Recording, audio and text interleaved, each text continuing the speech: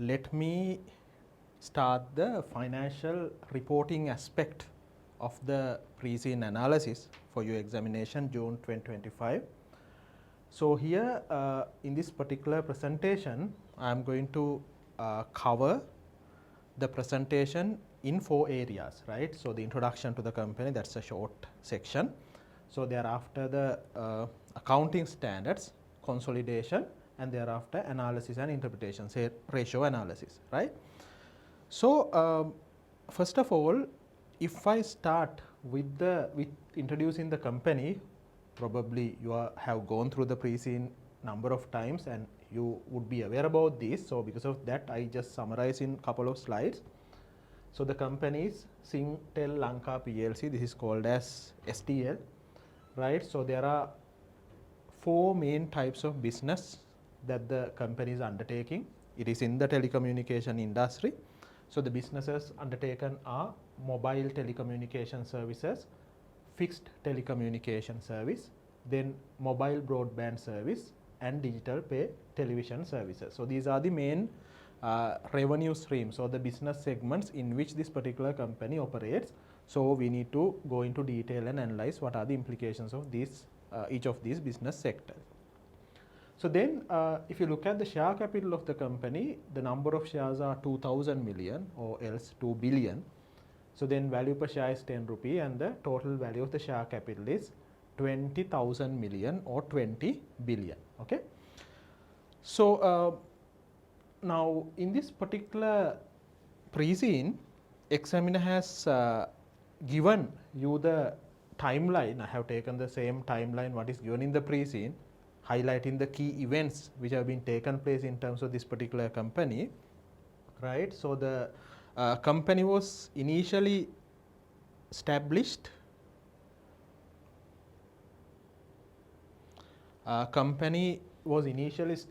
in 1999 as a private company, but the commercial operations have been started in year 2000.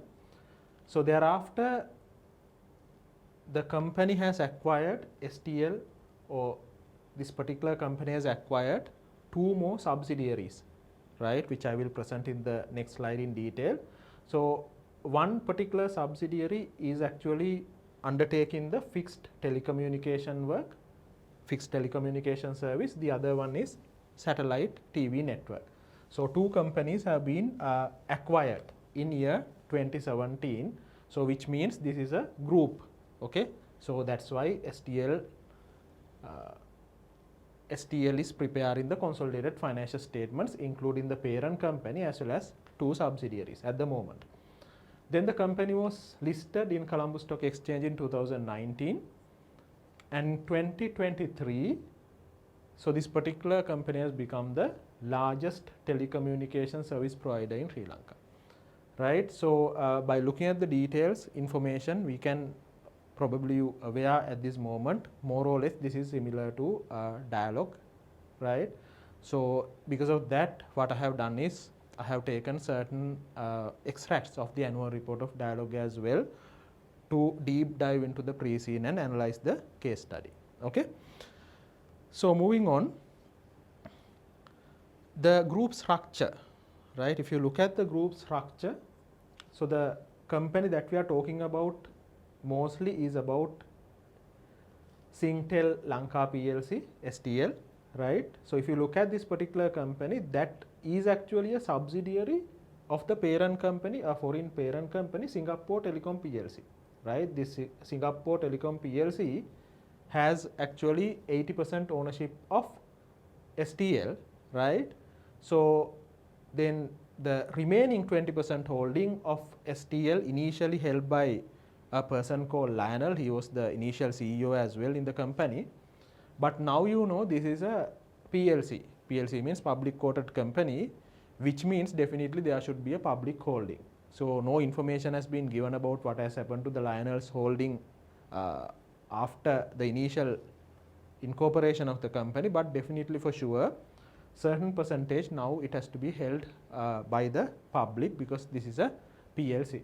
And also as it is a PLC, so definitely full SLF RSS are going to be, or full full SLFRSs are the one which is going to be applied for the company.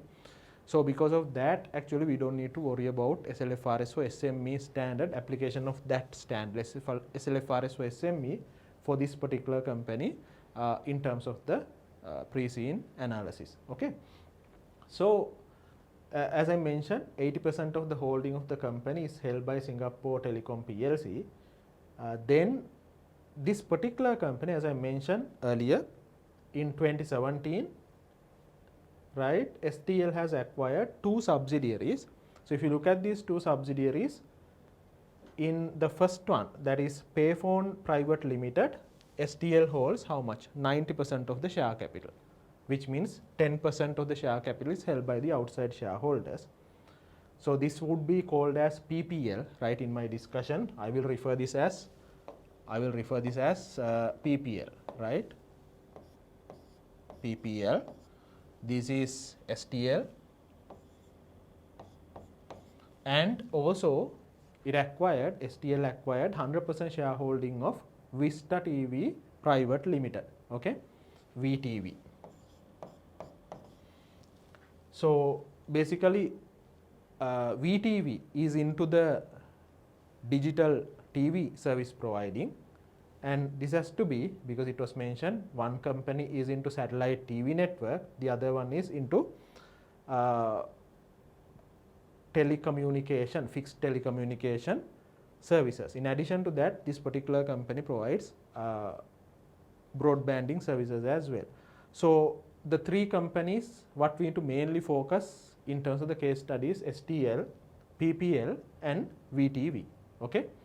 So but remember, there's a parent company for STL where 80% of the shareholding is held by Singapore Telecom PLC of STL, right.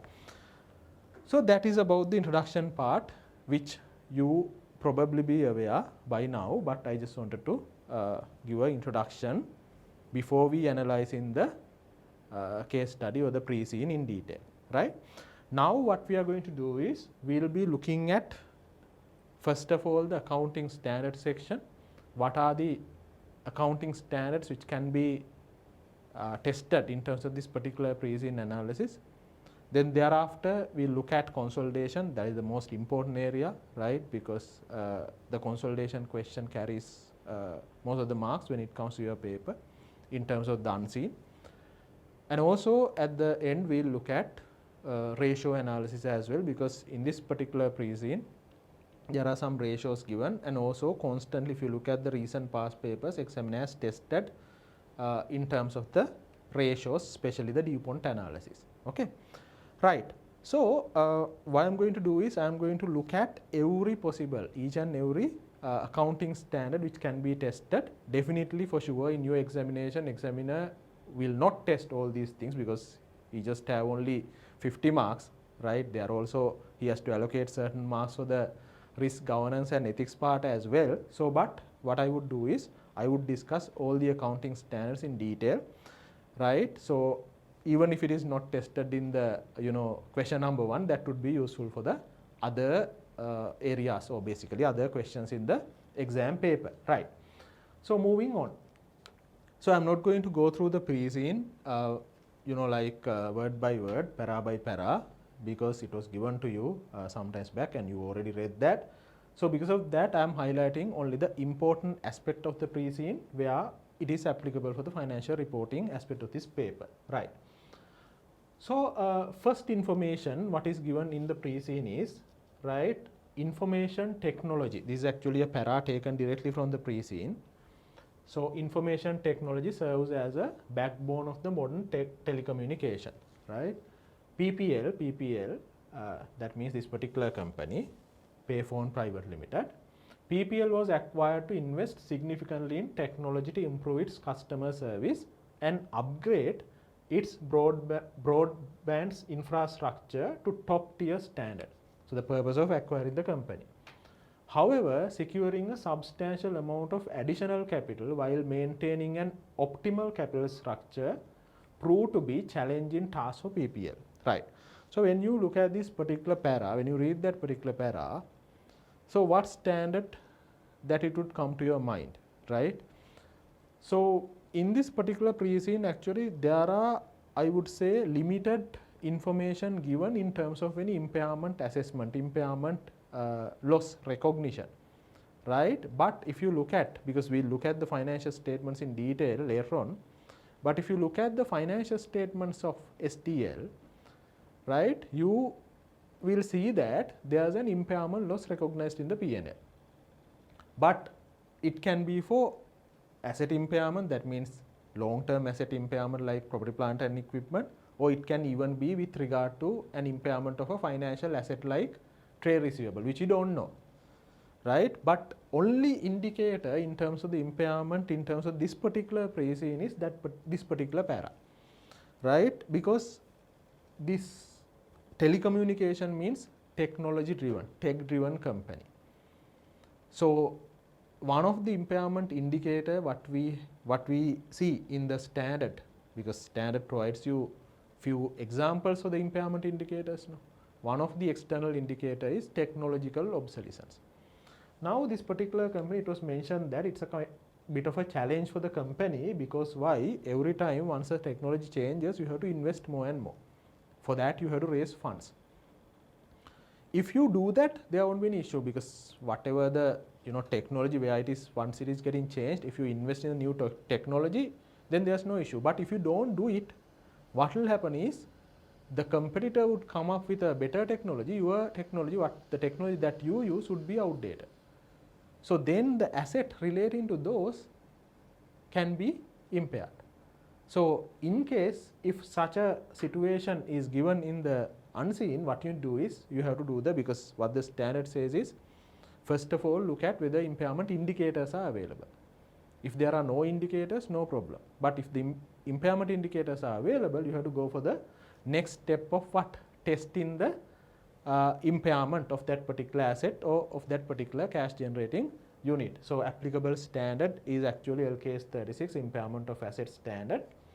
So how do you do the impairment testing? If the indicators are available, you compare the carrying value with the recoverable value, right? So the recoverable value means higher of fair value less cost to sell and value in use. Out of these two, you take the higher value as the recoverable value. Then you compare that with the carrying value. If the recoverable value is less than the carrying value, what you do is you need to recognize the impairment loss. If the recoverable value is higher than the carrying value, you don't have any issue, right? So just wanted to highlight this particular point, as there's an impairment loss is there on the profit and loss statement. But as I mentioned, it can even be with regard to impairment of financial assets, which we'll look at, right, once we go through the financial statements in detail. Right, okay, then this particular information is, I would say, one of the most important information and one of the most important area in terms of this particular pre-scene, right? That is, just read and see that, okay, what is the standard that is relevant to this particular para? Company initially commenced its business to provide mobile telecommunication services, right? STL is initially for mobile telecommunication. But its product portfolio now consists of additional businesses, fixed telecommunication, mobile broadband services and digital pay television service. I told you that when it comes to this group, there are 4 business sectors, right? So mobile telecommunication, fixed telecommunication, mobile broadband services and digital pay television services. So different businesses means what? So you have to recognize the revenue in terms of each of these business segments. Now we know that in SLFRS 15 we have a model which consists of 5 steps to recognize the revenue. You have to apply the revenue recognition model 5 steps to each of these businesses to recognize the revenue. And also this particular matter was highlighted. Revenue is identified as a key audit matter in the audit report. So because why? There are 3 points given there, where I have only taken the point relevant to this particular matter in terms of the financial reporting aspect of the paper. What it says is different revenue recognition policies for rendering services over time and sale of goods point in time, right? So there's a key audit matter saying that company uses for certain performance obligations, they are using the overtime approach. For certain performance obligations, companies using the point-in-time approach. So because of that, we have to deep dive and understand what is the approach or what is the method of recognizing the revenue for each of the businesses that the company is having. Okay. So obviously the applicable standard is what? SLFRS 15, revenue from contracts with customers. So where there are 5 steps to recognize the revenue, right? So into first of all identify the contract with the customer, agreement to provide the goods and the services. Then identify the distinct performance obligations in that particular contract. Okay. So how many performance obligations are there and what they are. Thereafter, you have to determine the transaction price, how much you are going to collect from the customer. That is step number 3. Step number 4 is allocate the transaction price to each of the performance obligation what you have identified. Right? That is step number 4. And step number 5 is recognize the revenue once each of the performance obligation is satisfied. So step number 5 is what is actually important in this particular matter. So to recognize the revenue, we have 2 approaches, overtime approach and point-in-time approach. Okay. So here I'll move to straight away the annual report of Dialog after this discussion, right? After discussing the theory here, what the standard says is, so the first para says that I'm not going to read through because we have like some of the theory areas have been included, but I'm not going to go through word by word. If I tell you the essence here in this slide, because you all can go through later on, I'll provide the material, right? So what happens is there are 2 methods of recognizing the revenue. So at the contract inception, we have to decide for each of the performance obligation whether you are going to follow the overtime approach or point-in-time approach. Okay. So if you select the overtime approach, right, we look at we are doing to recognize the revenue by using the overtime approach. So if you select the overtime approach, you have recognized the revenue based on the progress towards the completion, how much of work is completed. So based on that, you have to recognize the revenue. On the other hand, if it is point in time, you have to recognize the revenue once you transfer the control, right? So particular point at which you transfer the control to the customer, at that time you recognize the revenue. So the guidance given in the standard is, so first of all, you have to look at whether the performance obligation is satisfied over the period of time, right? So for you to say that the performance obligation is satisfied over the period of time, what you need to look at is, you have to look at 3 criteria. Out of these 3 criteria, if one criteria is satisfied, that's enough.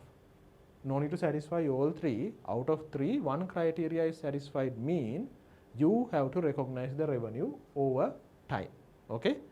So I'm not going to again go through all these 3 criteria. I would highlight what is important for this particular company. What is important for this particular company is the first criteria. So what is the first criteria? Customer is receiving and consuming the benefit of the seller's performance simultaneously as the seller performs. So in simple language, when seller performs, customer consumes. It happens simultaneously. So most of the services, what will happen is seller performs and the customer consumes simultaneously. So even here, when I'm lecturing, you consume the service simultaneously, right?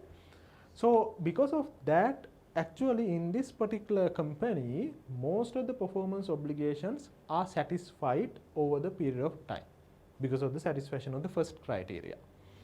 So what I did was actually, so before moving there, I already told you, now let's say these are the 3 things that we look at. If one of these 3 things are satisfied over time, if none of the 3 criteria are satisfied, which means you have recognized the revenue by using the point-in-time approach. Point-in-time approach means the point at which the control is transferred to the customer, right? So before moving to our analysis, I actually included, this is directly taken from the annual report of Dialog Axiata PLC. So 2024 annual report. So it is actually a December-end company, okay? It's a December-end company. So I have directly taken this from the annual report of Dialog, right? What it says, if you just go through this, so this is note number 26 of the annual report, financial statement section. Group and company derive revenue from transfer of goods and services over time and point in time through following business lines. Okay, so there are point in time as well as over time. So first of all, the revenue split of the company have been categorized into 3 areas. Mobile operation, that is actually the mobile telecommunication mainly. Then fixed telephony and broadband operation. So fixed telephony and broadband they have taken together, right? And thereafter television operation, mainly Dialog, pay TV, right? So revenue of each of these areas have been given. So the total revenue was 171 million, right? Then what happened was, this particular revenue is split. How much is under point in time and how much is under overtime. So if you look at, out of this total revenue, majority of the revenue is basically overtime, right? Very limited amount of revenue is point in time. Actually what is coming there under the point in time is things like devices sale. If you sell devices to the customers, right? So in that sense, what will happen?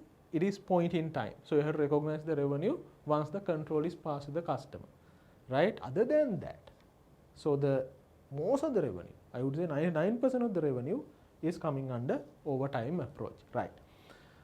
In addition to that, in this particular revenue note, so there's another statement. The details of the restatement of the group revenue reported for the year ended 31st December 2023 are provided in note 38. So now let's say if examiner or the person who has, who is setting the paper, if he has, like once he's going through, if we just look at this note, right, and if the question is asked from there, we have to be careful. Because of that, I will explain that particular note as well, because that is an important area. Okay, so what is this restatement? If you look at in 2023, there's a restatement taken place, right? So I'll explain that aspect as well. But before that, let's try to understand this first. Now thereafter, what I did was, I went to straight away the accounting policy section of the company's annual report. Okay, so there are now under the revenue recognition, it's a very detailed accounting policy. I have taken what is relevant for your pre-scene analysis, right? So not the entire thing, right? So what it says is, if you go through these 2 sections or these 2 revenue recognition areas, so the first area is domestic and international telecommunication service revenue. Now in our pre-scene, there are mobile telecommunication service as well as there are fixed telecommunication service. So with regard to telecommunication service, whether it's mobile or fixed, the revenue recognition approach is same. Okay, what it says. Now what are you going to look at now? Whether the performance obligation is going to be satisfied over time or point in time, and what Dialog has done in their financial statements. Okay, so revenue from provision of telecommunication services such as call time, messaging, data services, information provision fees, connecting users of other fixed line and mobile network to the companies and group network is recognized when or as the entity performs the related services during the agreed service period. What it says, in terms of the telecommunication, mobile or fixed, company recognizes the revenue. This is actually the voice data, right? Mainly voice and data as well as messaging. So the revenue in terms of these services are recognized when company perform the service, when company perform the related service. When company perform the related service, customer is consuming the service simultaneously. What will happen? So the revenue has to be recognized over the period of time, right? So customers are charged government taxes at the applicable rates, and the revenue is recognized net of such taxes. So when it comes to the price of the product, you include the government revenue. So but government taxes you don't take into the revenue, because there is something that which you need to pay to the government. Okay, so the net of government taxes, the amount that you collect from the customer, is recognized as revenue once the service is performed. So what is the approach? Over time. Okay, right. What is the other one? Then the second point what I want to take is each, now that is relevant with the pay TV and the broadband services. So again, so in this particular pre-scene, both of these services or both of these business sectors are included. Let's see what is happening there. So pay TV means dialogue TV, right? Then broadband services. Each subscription to contract for pay TV and fixed broadband service is considered as, so this is about the pay TV and the broadband. Each subscription to contract for pay TV and fixed broadband service is considered as series of distinct services. Series of distinct services that are substantially the same and have the same pattern of transferring to the customer. So every month you provide that service. So dialogue TV service, then the broadband service. It is what? Series of distinct services which are substantially same and which have the same pattern of delivering to the customer. The providing, this is important, this is very important statement, pay your attention, right? Providing of set-top boxes and routers and connection fees for exclusive use of group service do not represent distinct services or goods, and they are to be combined with subscription service as a single performance obligation. Satisfied, directly mentioned, satisfied over time, right? Revenue is recognized over the period the service is performed from the activation date of the subscription and as the service is provided, right? What it says? It says, if I go to the, by having this understanding, let me go to the next slide, and this is what is applicable for us. As per the pre-scene, there are 4 types of businesses, right? Mobile telecommunication, fixed telecommunication, mobile broadband, and digital pay television services, right? So now we need to identify whether the performance obligation is satisfied at a particular point in time or over time. Okay. Now for that, what I did was I have done some research and I looked at the annual report of Dialog, what they have done. Okay. So with regard to the telecommunication service, in summary, what it's mentioned is you need to recognize the revenue when the service is performed. So which means the company performs the service and the customer consumes the service simultaneously. So because of that, the revenue has to be recognized over a period of time, over time approach, right? So this is basically telecommunication services means voice, data and text services, right? Then which means mobile and fixed. So in the case of like mobile telecommunication, all of you are aware what it is. Fixed telecommunication means earlier we had the CDMA technology, but now that technology is no more there, but still companies like Dialog provide fixed telecommunication services to the corporates and as well as individual clients, that is there, right? So the revenue has to be recognized by using the overtime approach. The other two are broadband service and the digital pay service. There what it says is, yet again, right?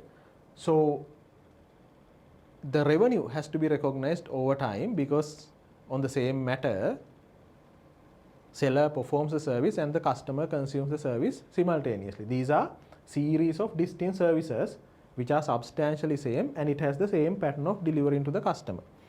Then the next question what we need to answer is, when you provide broadband service or even digital pay service, you provide certain goods to the customer like routers, then set-top boxes, and also when you give the connection, you charge a connection fee. Then the question is, okay, whether these items are to be recognized as distinct or separate performance obligation.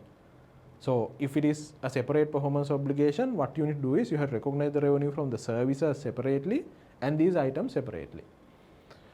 As per dialogue, right, this is their accounting policy. What they did was they specifically mentioned that these are not separate performance obligations, right? Even they charge a connection fee, even they give these items like set-top boxes and the routers, they do not consider these as separate performance obligation, because for you to recognize something as a separate performance obligation as per standard CASriLanka 15, it should have by having that particular good or service, customer should benefit by its own, or else together with the other resources that the customer has, as well as these items can be separately identifiable.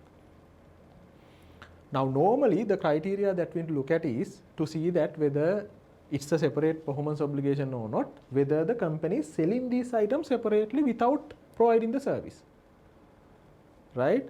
So now it seems that this company provide the service. To provide the service, they need these like goods like set-top boxes and routers. So because of that, what company does is company provide a full solution, and this full solution, the entire package, you recognize as single performance obligation. You don't recognize set-top boxes, routers, even the connection fee. Even though you charge a fee, you do not take that as a separate performance obligation. So the revenue attributable to everything, including those, you recognize as one performance obligation once the service is rendered. So that means you have recognized the revenue by using the overtime approach. So I hope you are clear about that particular aspect. It's clearly mentioned that the revenue has to be recognized over time. So in summary, so almost everything what we are given in this pre-scene analysis need to recognize the revenue by using overtime approach. Okay.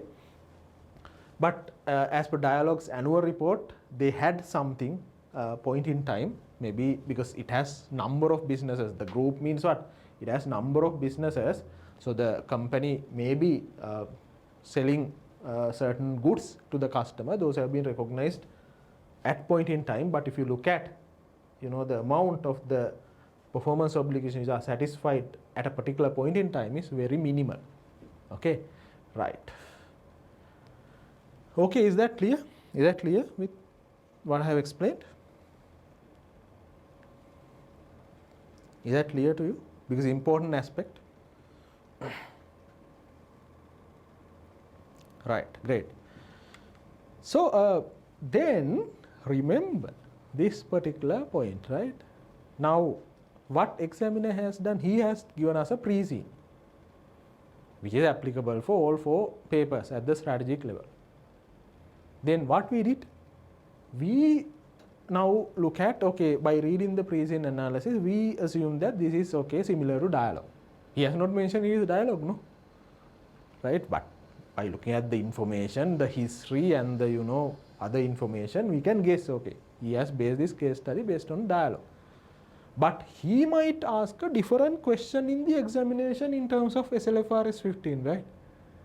Then we can't say that, okay, dialogue is doing that way, so that my answer is depending on what dialogue follows and what dialogue has disclosed in the accounting policy section in terms of the revenue recognition. So you have to read the scenario what is given by the examiner, right? Because examiner can construct a question in such a way where the particular contract has multiple performance obligation, right? So because of that, what I'm going to do now is I'll come here, right? I'll skip these 2 slides.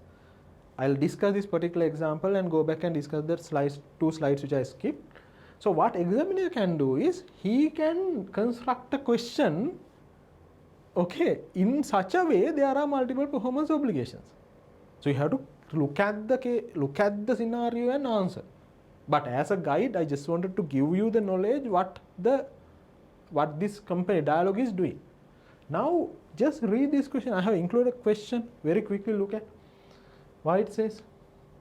1st January 2024. STL enters into 12 months telecom plan with a customer under the following terms. So what is the date of entering into the contract? 1st January 2024. It's a 12 months telecom plan. Monthly fixed fee to be 1000 rupees. Okay, monthly fee 1000 rupees. That is what you charge from the customer. Customer to receive free handset at the inception of the plan. Now you see, customer is given a free handset at the beginning of this 12 months telecom plan. Now the question is whether this free handset is a separate performance obligation or not, right? Now look at what examiner has told in this situation. Now, STL sells the same handset for 3000 rupees. Here, what this company is doing in this scenario is STL sell the handset separately, which means customer can benefit from the handset by its own and customer can separately identifiable. If that is the case, if that is the scenario, it seems that in this particular scenario you have what? 2 performance obligations. That's why I said that. So the examiner has never mentioned that I'm looking at the dialogue and giving you the pre-C. So he has given a pre-C. So but based on the information we assume that okay, this is similar to dialogue. So because of that, it doesn't mean that you have to do the same thing what dialogue has done. So he can construct the question differently where your answer has to be based on what examiner wants. Remember that, right? That's why I'm doing this question. Now STL sells the same handset for 3000 rupees and the same monthly payment plan without the handset for 800 per month, right? Same monthly payment plan without the handset 800 rupees per month. What is it? So if customer wants, what this company does is, if customer just need the handset, sell the handset at 3000. If customer just need the telecommunication service, only this monthly, so there's a monthly plan, just the price is what? 800 rupees. So customer can get the handset separately and the telecom plan separately. And there are separate prices, standalone prices are available for each of the item. On the other hand, if customer wants, what customer can do? Customer can get both of these, handset and the telecom plan, 12 months telecom plan, by paying how much? 1000 rupees. So this is different to what the previous discussion that I had in terms of dialogue. So what it says, what is required? How should STL recognize the revenue from this plan in line with SLFRS 15? Here, the company sell these 2 items separately. It's kind of a guideline, practical guideline to say that customer has what? Distinct value of each of these 2 items. So that in this situation, this has to be recognized as distinct performance obligations. So basically in this situation, there are 2 performance obligations. By applying the 5 steps of the revenue recognition model that we discussed at the beginning, what is the first step? Identify the contract with the customer. STL has a contract to provide goods and the services. Step number 2, identify the performance obligations in the contract. How many performance obligations? 2 distinct performance obligations are there. One is telecom plan, the other one is the handset, because each has a standalone value to the customer. Third one, determining the transaction price. So what is the transaction price here? Now let's say what we sell is the bundle one to the customer. What we sell in this situation? What we sell? 12 months telecommunication plan where we charge 1000 rupees and provide both handset and the telecommunication plan. So what is the transaction price in this contract? Because these are information, right? Actual contract that STL entered it to with the customer is 12 months telecom plan with the handset 1000 rupees. So what is the transaction price? Transaction price is 1000 rupees into what? 12. How much? Rupees 12,000. So that's why this is what? Series of distinct performance, series of distinct services. Every month you provide the service, series of services which are substantially same. Every month you provide the same service and which has the same pattern to deliver to the customer. So the entire thing you recognize. Now if you look at the transaction price, what is the transaction price here? 1000 into 12, 12,000. Right? That is step number 3. What is step number 3? Step number 3 is to determining the transaction price. So as per our particular example, transaction price is 12,000 rupees. Then what you do is, step number 4, allocate this transaction price to each of the performance obligation. Now this 12,000 rupees, you need to allocate to telecommunication service and handset. So how do we do that? We'll look at. Thereafter, you need to recognize the revenue when each of the performance obligation is satisfied. Now you have 2 performance obligations. Now you should tell me. So tell me. So what, whether it is overtime or point in time. What do you say? Telecommunication service, overtime or point in time? Overtime or point, because you have 2 performance obligations now. You allocate the transaction price to these 2 performance obligations. How to do that we'll look at in a little while. So the telecommunication service you have recognized over time over the 12 months period. On the other hand, handset, whether it is over time or point in time, because telecommunication service seller performs and customer consumes simultaneously, so that over time. But with regard to handset, whether it is point in time or over time, it is point in time. So which means at the point where the control is passed. So what is the point at which the control is passed? At the inception. That means at day 1, on day 1 you have recognized the revenue in terms of providing of this handset. Right? Okay. So how do we do the numbers? I will quickly look at. Right. So this is the answer. I have, because to save time, I put everything. Otherwise we need time to write and all. Right? So what you do is, so this is actually how do we allocate the transaction price of 12,000, because we decided transaction price is how much? 12,000 rupees. So this is the transaction price. This has to be allocated to each of the performance obligation. To do that, what I do is, first of all, I am taking the standalone selling prices of each of the performance obligations. So how to take the standalone prices? If you sell handset, what is the price? 3,000. If you sell the telecommunication service only, telecommunication plan without the handset, 800 into 12. 800 into 12. How much? Rupees 9,600. That is the standalone selling price of the telecommunication service, right?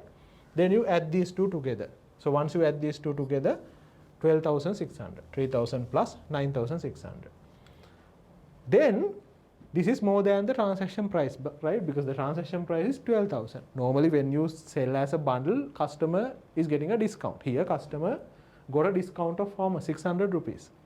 Right? Because if you look at these separately, the standalone prices, if you add these 2, 12,600. But if you sell this as a bundle, so customer is getting a discount because the total transaction price is 12,000. Then what do is, we need to take the percentage of these 2 performance obligations standalone selling price. So what do is, we take 3,000 divided by 12,600. 3,000 divided by 12,600. So take the standalone selling price, divide that by the sum of the standalone selling prices, which is how much? 23.8%. Similarly, 9,600 divided by 12,600. 9,600 divided by 12,600. What is the percentage? 76.2%. If you add 23.8%, 76.2%, what you get? 100%. It has to be 100%. Then what we do is, this transaction price I need to allocate to each of the performance obligation based on the relative percentages. So what do is, I take 12,000, that is my transaction price. I multiplied that by 23.8%. How much? 2,857. Similarly, I take 12,000 multiplied by 76.2%. How much? 9,143. So these are the so the total transaction price is 12,000. This 12,000 you allocate to each of the performance obligation based on the relative standalone selling prices. So once you allocate handset 2,857, telecommunication service 9,143. Then we looked at, with regard to handset, you have recognized the revenue point in time,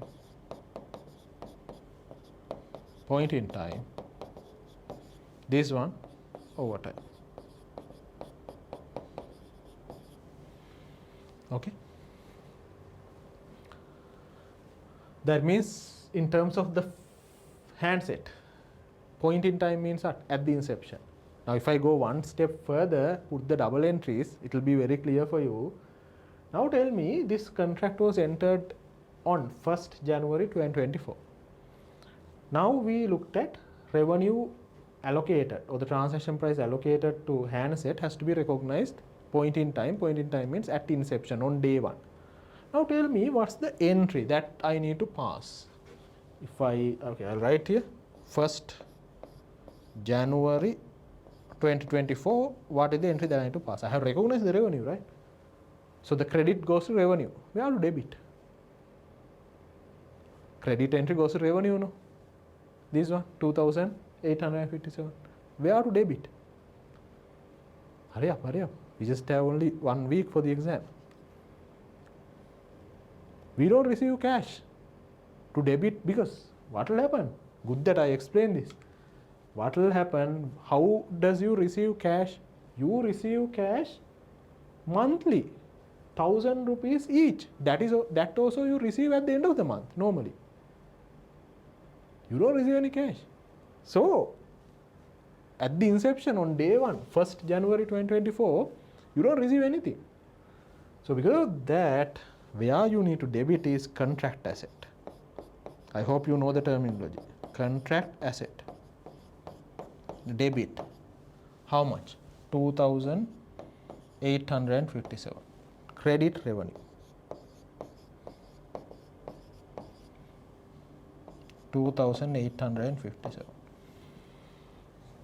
Right? This is on very first day.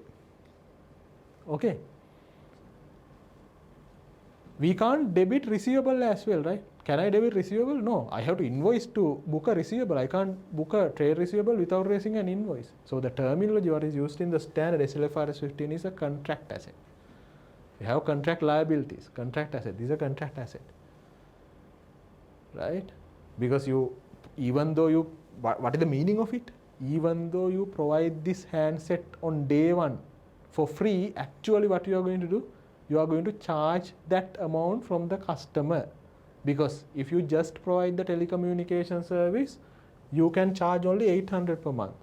Now, as you have provided the handset on the very first day, you can charge 1,000 from the customer. You can charge him more in the future. That's an asset. So that is what this contract asset is. Okay? Right. Let's say then at the end of the month, 31st January 2024. This is the end of the first month. I raised the invoice. How much is the invoice that I raised? 1,000 rupees. That is what I invoiced to the customer. What's the double entry? What's the double entry?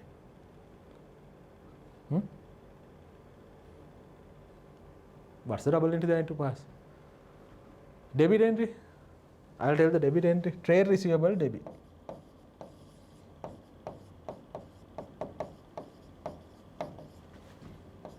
How much? 1,000. We have to credit. Revenue credit. How much should I credit revenue? How much should I credit revenue? Now, at the end of the first month, what revenue that I should recognize? Telecommunication service. That means this particular revenue, this amount of the transaction price allocated to the performance obligation. So basically now telecommunication service revenue has to be recognized over time. Over time means over 12 months. So the amount of revenue that I recognize at the end of the first month is 9,000, if I write down here, 9,143 divided by 12. This is the first out of the 12 months. How much?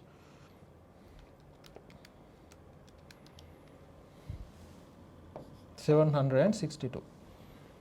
Can I pass an entry like this, debit 1,000 and credit revenue 762? No. So what is the difference? 1,000 minus 762. How much? 238. Where it has to be credited? I have to credit somewhere, no? It has to be credited to the contract asset.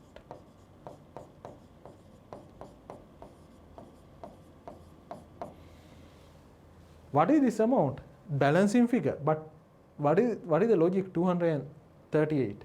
So that is, you initially created a contract asset of how much? At day 1 on 1st January 2024, 2,857. This particular, I told you, what is this asset? I can charge from the customer more in next 12 months. I can charge the customer more for the next 12 months. So that's an asset. That particular asset has to be amortized, or asset value has to be reduced over 12 months. So basically this 238 means what? 238 is actually, so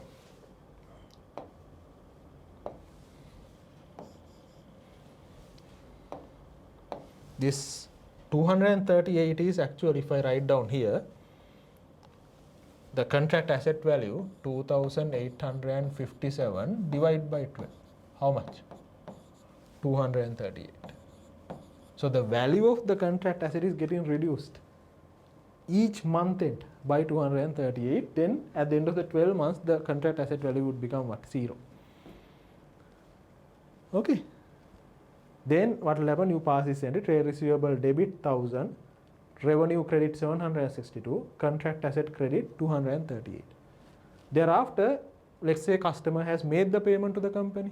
Let's say customer is making the payment on in 5 days time. That means 5th February 2024, you receive the money from the customer. You receive cash from the customer. What's the entry? Simple. Then only you receive cash. Cash debit, how much? 1,000, because the amount what you invoiced is 1,000. TR means trade receivable. No? Trade receivable credit 1,000. Then trade receivable is taken out from the books. Right? Okay, so examiner can test a question of this nature. I hope you are clear. If not, go through once again and be thorough with this area. Okay, so this, because SLFRS 15 is highly probable this time. That can be tested, because telecommunication industry means the complex area is revenue, right? So examiner has given telecommunication industry pre-scene means he definitely, right, if he follow the, if he wants to have a connection between the pre-scene and unseen, he would definitely need to test the revenue, right? But revenue recognition is depending on what examiner says, right? Same question he can give in such a way where there is only one performance obligation. There are no distinct performance obligations. So what I have explained in terms of dialogue. Right, okay, with that, we are done with that particular area. Hope you understood. Did you all understand? That is very important aspect. Did you all understand?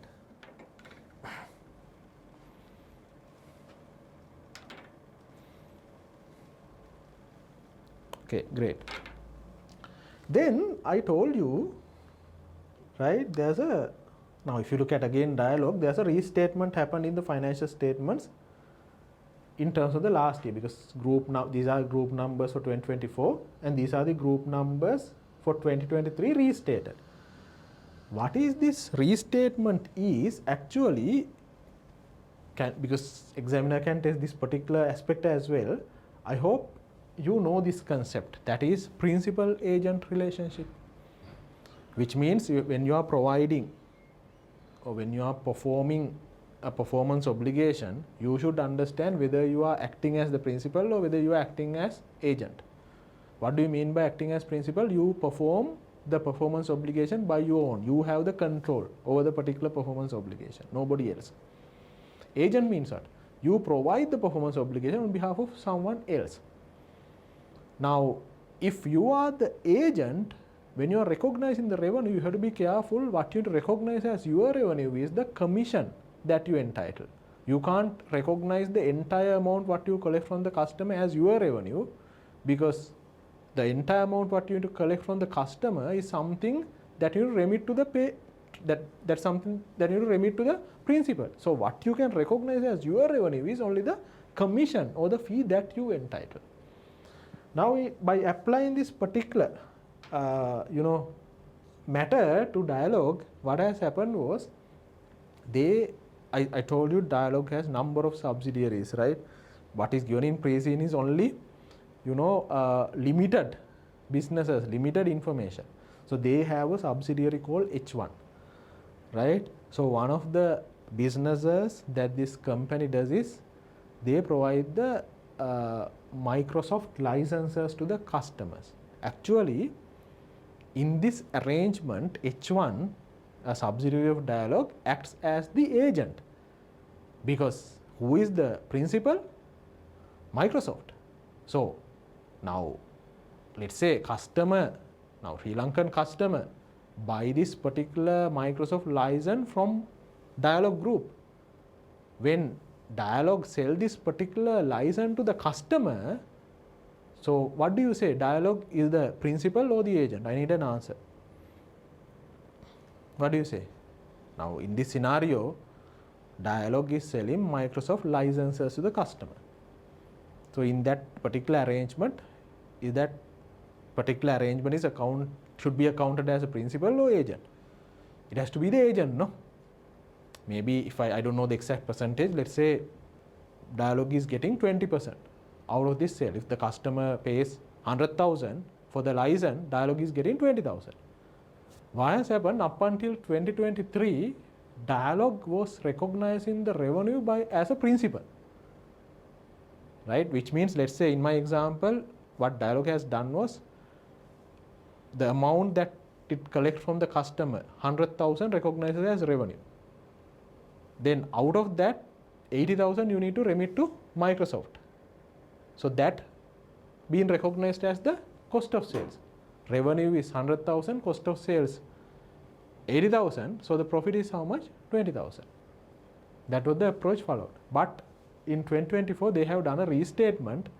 So H1, this particular subsidiary, is classified as agent, so that the revenue has to be not 100,000. Revenue has to be 20,000. Only the agency commission that they earn. So when they collect 100,000 rupees from the customer, what is the entry that they need to pass? So let's say you sell the correct approach is you sell a license, Microsoft license, and collect 100,000 cash. Let's assume you get 20% commission. So the double entry has to be cash debit 100,000, right? Your revenue has to be 20,000, 20%.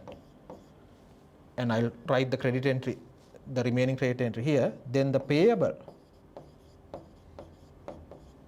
to principal, or in this case, let's say payable to Microsoft. How much? 80,000. So this is the correct approach. So your revenue has to be 20,000. Earlier they were recognizing 100,000 as revenue, 80,000 as cost of sales. So that has been restated. Okay, that has been restated. So where is that? Okay, over here. So this is the note. It's clearly mentioned.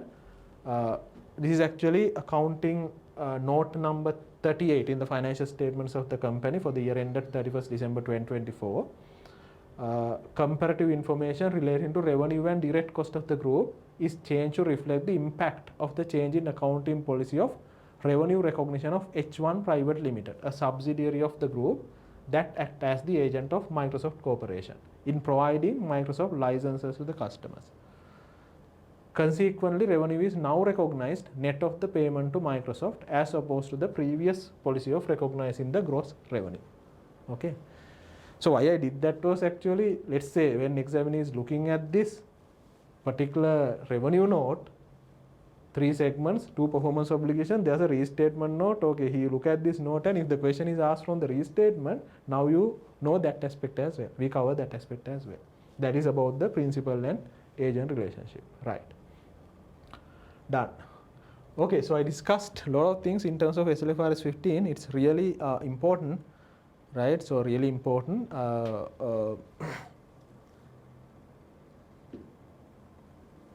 It's really important. So pay full attention to what the area that we discussed, right?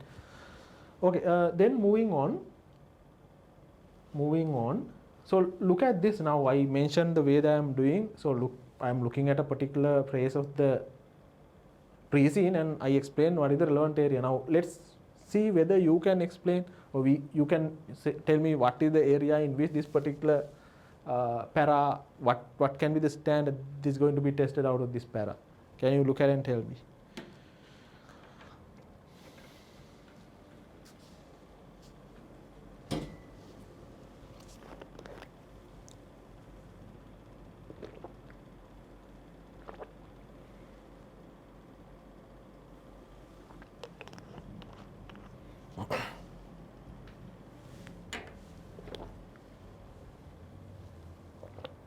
Yeah, number of areas actually.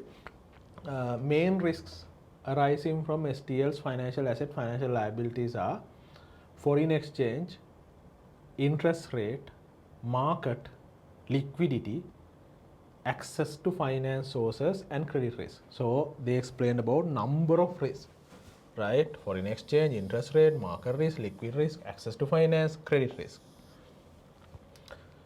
STL is exposed to foreign exchange fluctuations from its operation with foreign mobile operators and suppliers. So it is because there are a lot of services taken from the foreign operators, mobile operators and the suppliers. So which means you are getting the invoices in foreign currency, dollars, right? So you are exposed to the fluctuation of the exchange rate. Sorry. These relate to STL's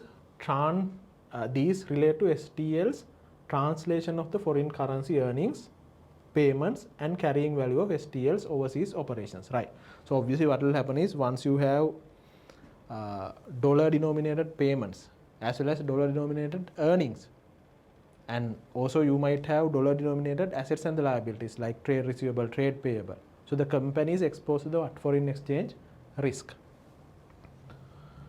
Then substantial amount of the purchases and the liabilities of foreign operation are denominated in foreign currencies as opposed to the local currency of those operations. This is what I mentioned. A lot of foreign services are taken.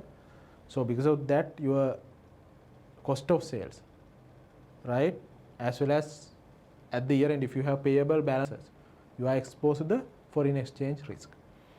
So now the areas what is tested in this particular para is, more specifically, I can say first of all, LKS 21, right? LKS 21, the effects of the exchange, the effects of the changes in foreign exchange rates. So what happens is, we know first of all when you recognize the P&L items. Now let's say there's a foreign currency service or foreign service that the company enjoy. So you have to use if the invoice is denominated by the foreign supplier in foreign currency, let's say in dollars, you have to convert that into rupees and record. So what is the rate that you use? What the standard says is, use the exchange rate at the rate of the transaction, spot rate. But this would be practically not possible if you have a lot of transactions. Then what you can do, you can use the average rate as an approximation, provided spot rates are not fluctuating significantly. Right? So it can be the weekly average, it can be the monthly average. That is in terms of the transactions in the profit and loss statement.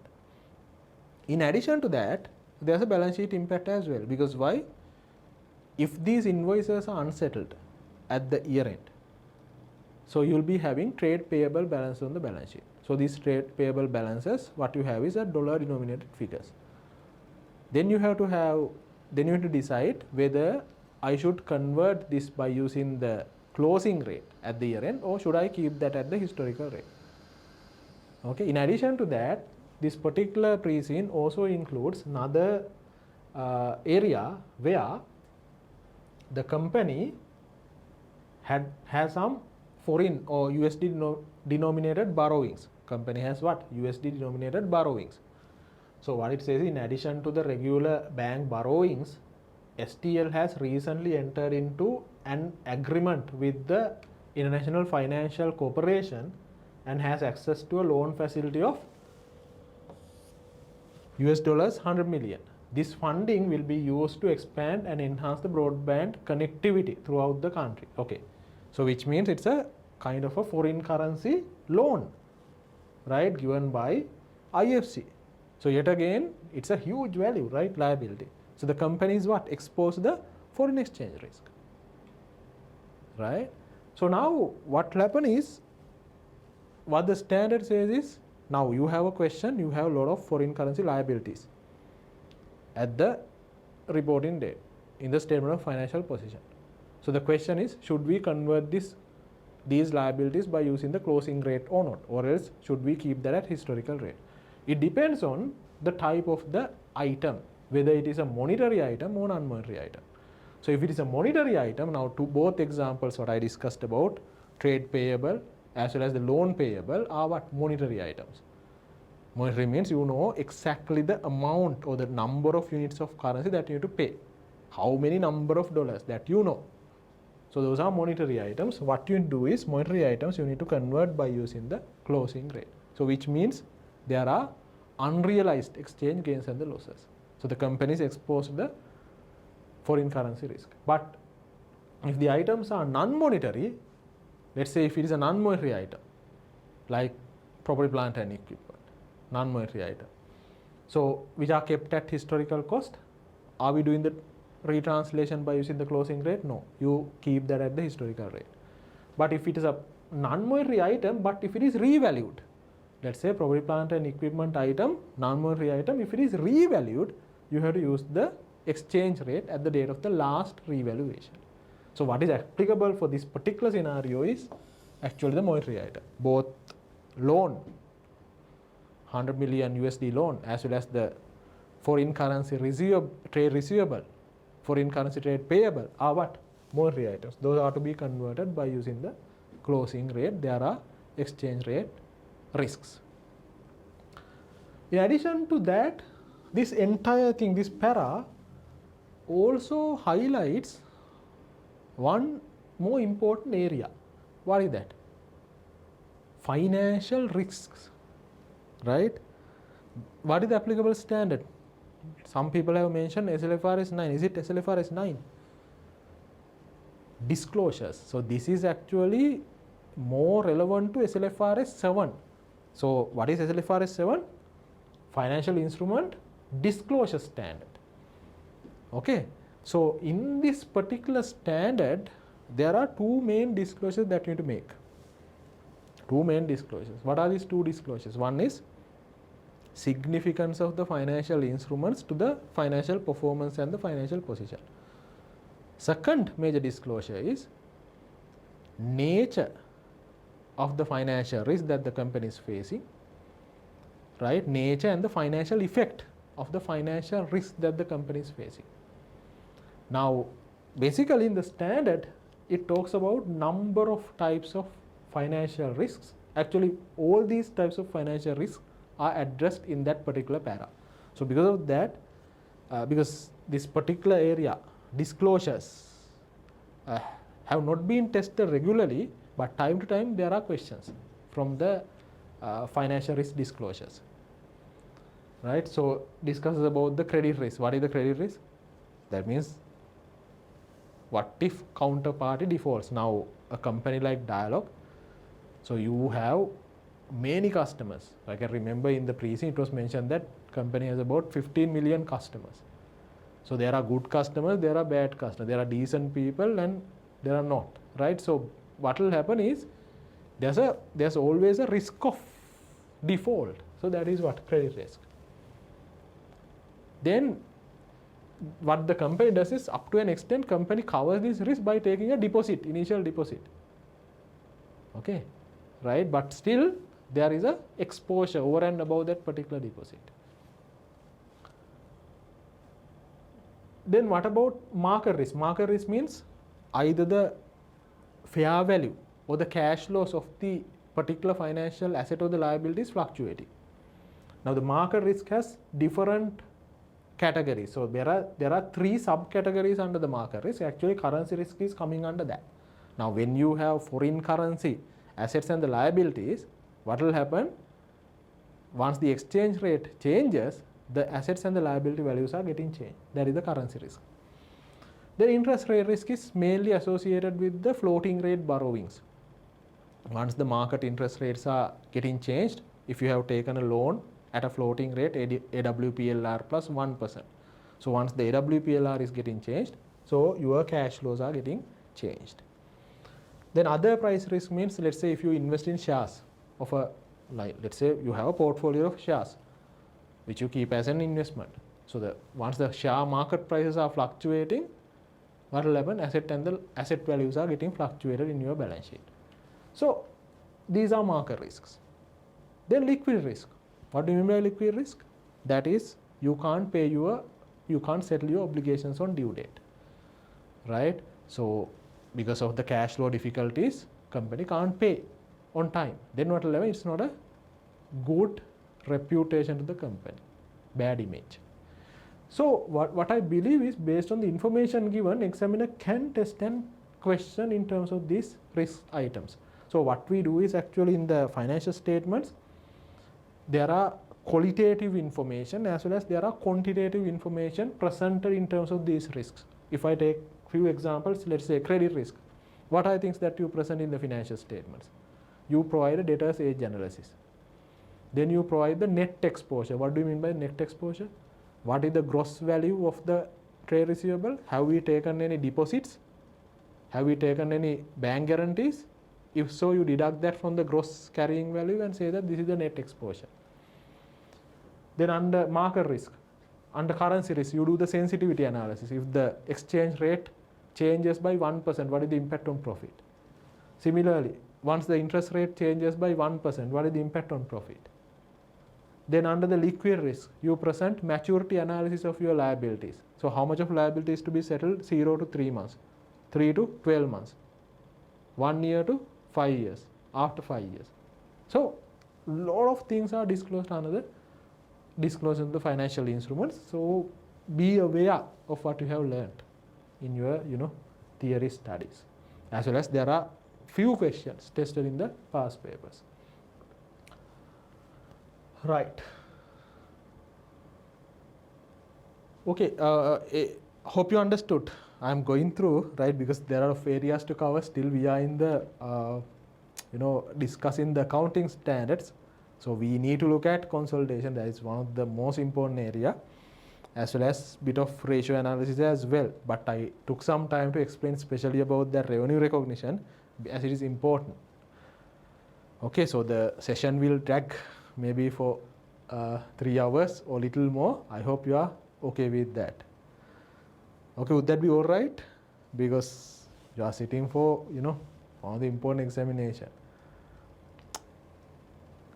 Because I can rush, but the matter is, if I rush, you might not be able to understand.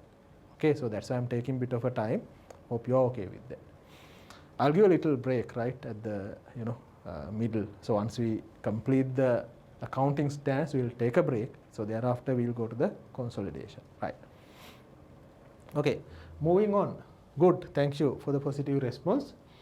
Then moving on, so treat that and tell me what is the area this can be tested. This has not been tested for a very long period of time, this area. I'll tell you what it is. So can you guess? What is the area in which this particular para is relevant to?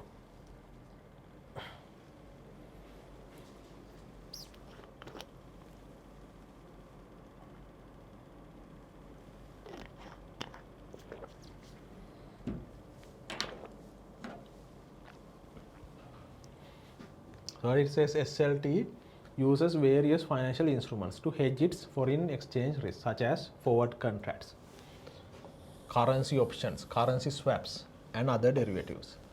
Hedging method chosen by STL depends on markets and currencies involved and the objective of the hedge.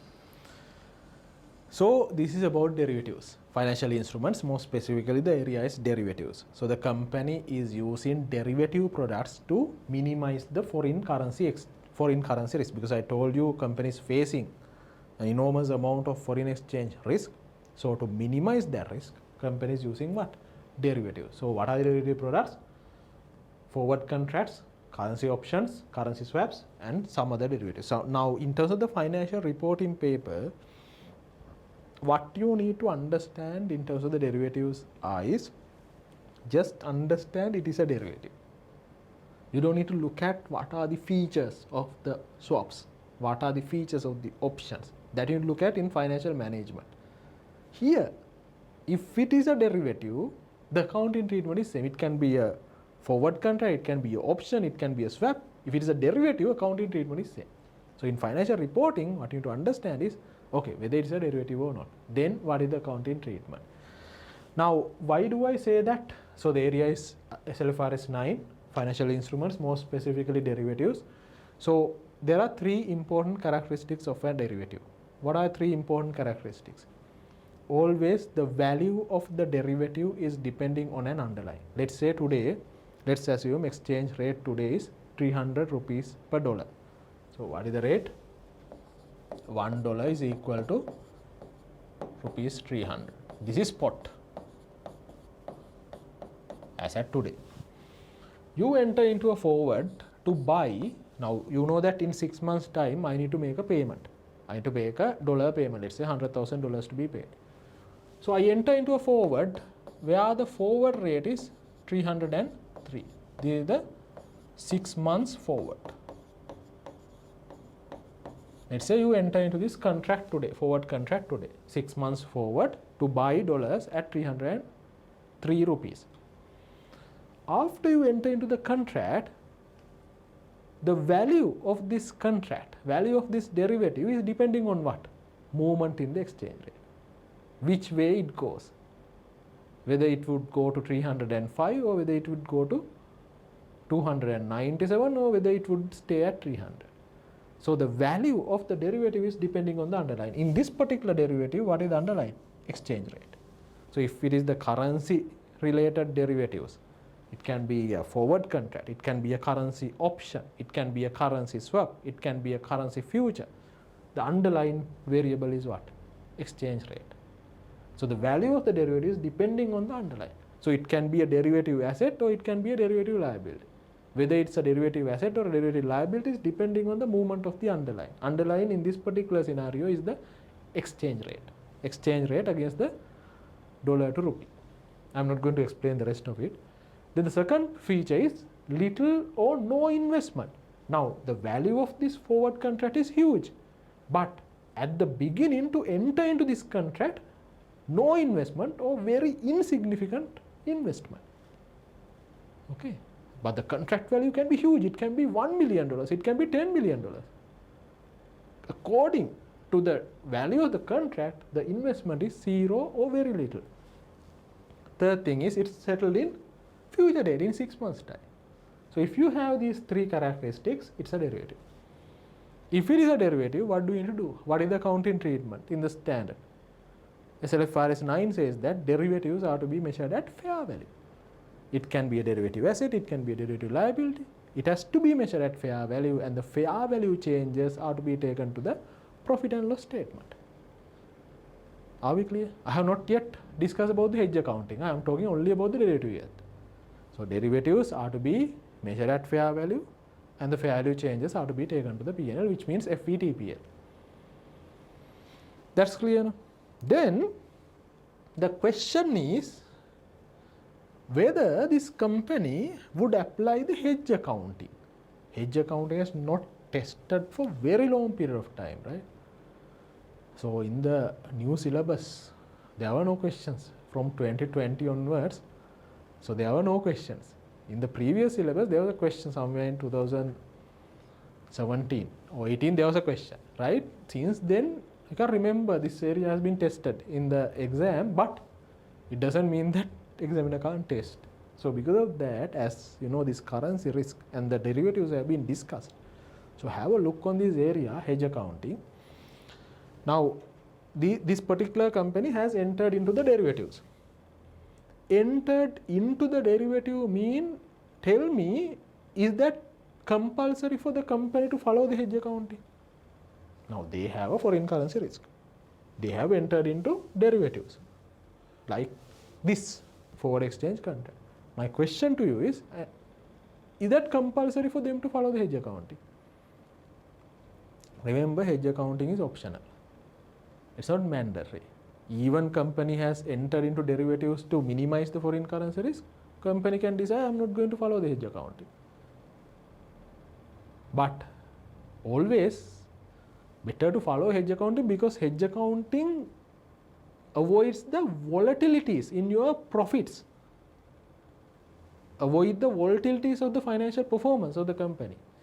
But for you to apply the hedge accounting, just having the derivatives are not enough.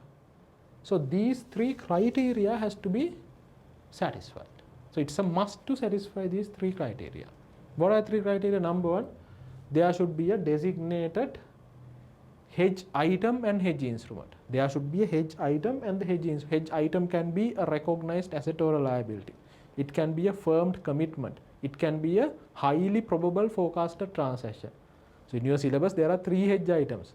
So the hedge item has to be either recognized asset or liability, like inventory item, highly probable forecasted transaction, or a firm commitment. Then hedge instrument is so hedge item creates the risk.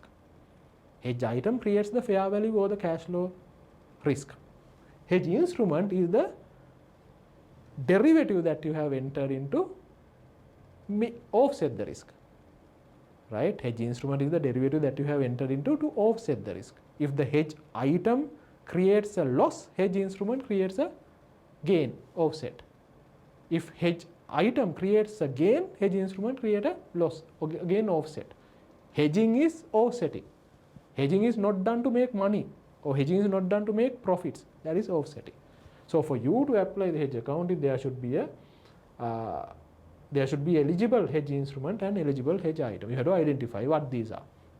Not only that, there should be a formal documentation about the hedge instrument and the hedge item at the inception of the hedging relationship. So there should be a document. Now let's say if you are an auditor, where you are auditing the financial statements of a company, what you need to do is, now let's say a company has applied the hedge accounting. What you should ask first question? Okay, what is your hedge item? The client is saying that, okay, this is my hedge. If he's knowledgeable, otherwise he's fully confused what you're asking for. But let's say, okay, he's a knowledgeable way. He say that, okay, this is my hedge item. Then you ask, okay, what is your hedge instrument? He say that this is the forward contract, is my hedge instrument. Okay, first criteria is satisfied. Well, second question that you need to ask. Okay, show me the document.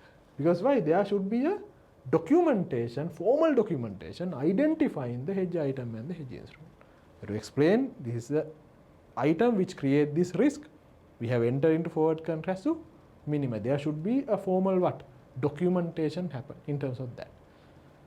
Okay, so thereafter the third thing is what? It should meet all the effectiveness requirement. Now under this all effectiveness requirement, there are three sub criteria. I'm not going to explain, but have a look on your tutors or whatever the videos that you're following. Have a look. There are three effectiveness requirements are to be met. Right? So all these three sub criteria has to be satisfied. Then only you say that all effectiveness requirements are met. So upon satisfaction of all these three conditions only, you need to apply the hedge accounting. Clear? Right? Then the next thing is, what is the hedge accounting model that you need to follow?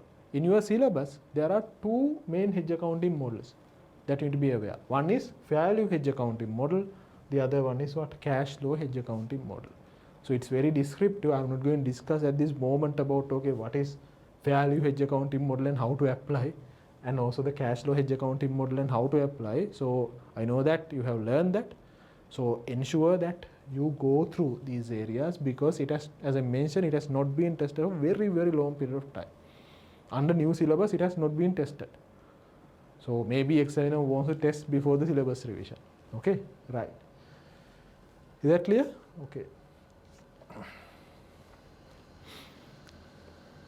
Right, this is straightforward, right? So the area in which this is tested is straightforward.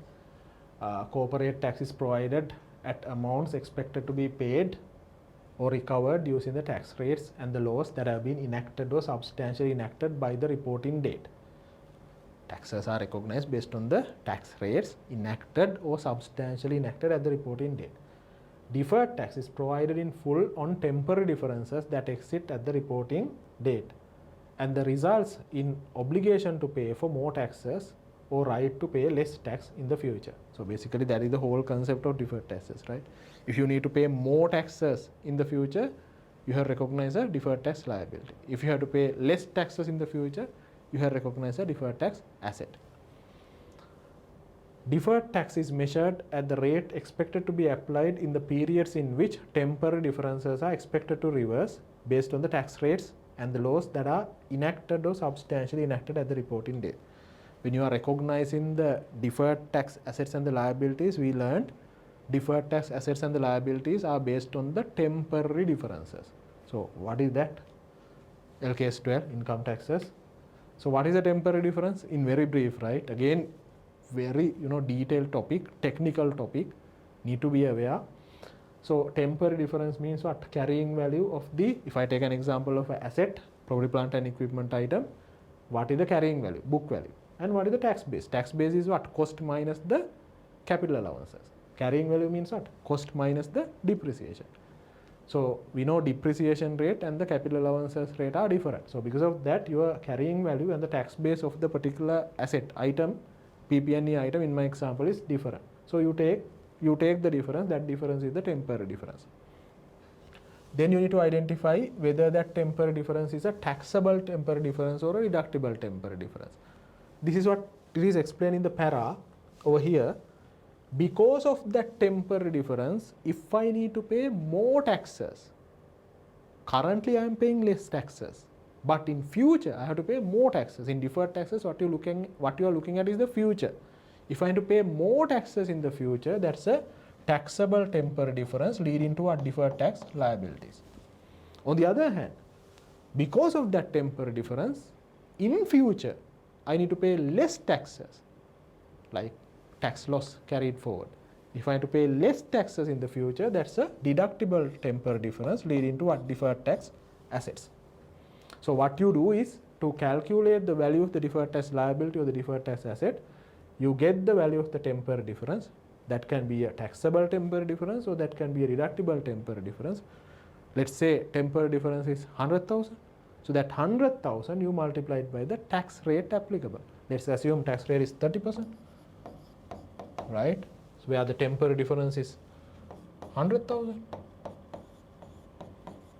When you take the tax rate, it has to be the tax rate enacted or substantially enacted at the reporting date, and that has to be the tax rate that will be there at the time where this temporary difference is getting reversed in the future.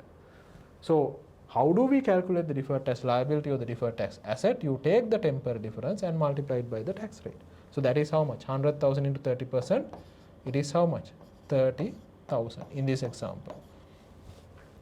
Then most of the times, now let's say this is a taxable temporary difference as an example. So 100,000 into 30%, deferred tax liability is 30,000 rupees. Then when you recognize a deferred tax liability, you have to pass a double entry. No? So what's the double entry? Deferred tax liability credit 30,000. Where to debit? Most of the times you debit to the P&L. But there are certain situations you debit the other entry. It can be debit or credit depending on whether it is taxable or deductible. So the other entry goes to OCI or equity. Example, let's say if the deferred tax liability is recognized based on a revaluation gain of a PP&E item, then the revaluation gain is recognized in OCI. Through that it goes to the equity. The relevant deferred tax impact on that revaluation also to be taken to the OCI and equity. But most of the times it is taken to the P&L. And also we know there are restrictions in terms of the deferred tax asset recognition, because if it's a deferred tax liability, no question, recognized in full. Prudence concept. If it's a liability, recognized in full. If it's an asset, question mark. What is the question mark? Whether I can recover the value of the deferred tax asset. Okay. So if we can recover, recognize, otherwise limit it, don't recognize. Okay, so just gave a brief on what is important. So as this particular para was specifically given, there's a probability of testing. As I said, I'm telling you all the important areas, right? All the possible areas. All these things are not going to be tested for sure, right? But we don't know what it is, right? But the time I spent for the important aspects like revenue, I spent a lot of time. So that means that is important, right? Right, moving on.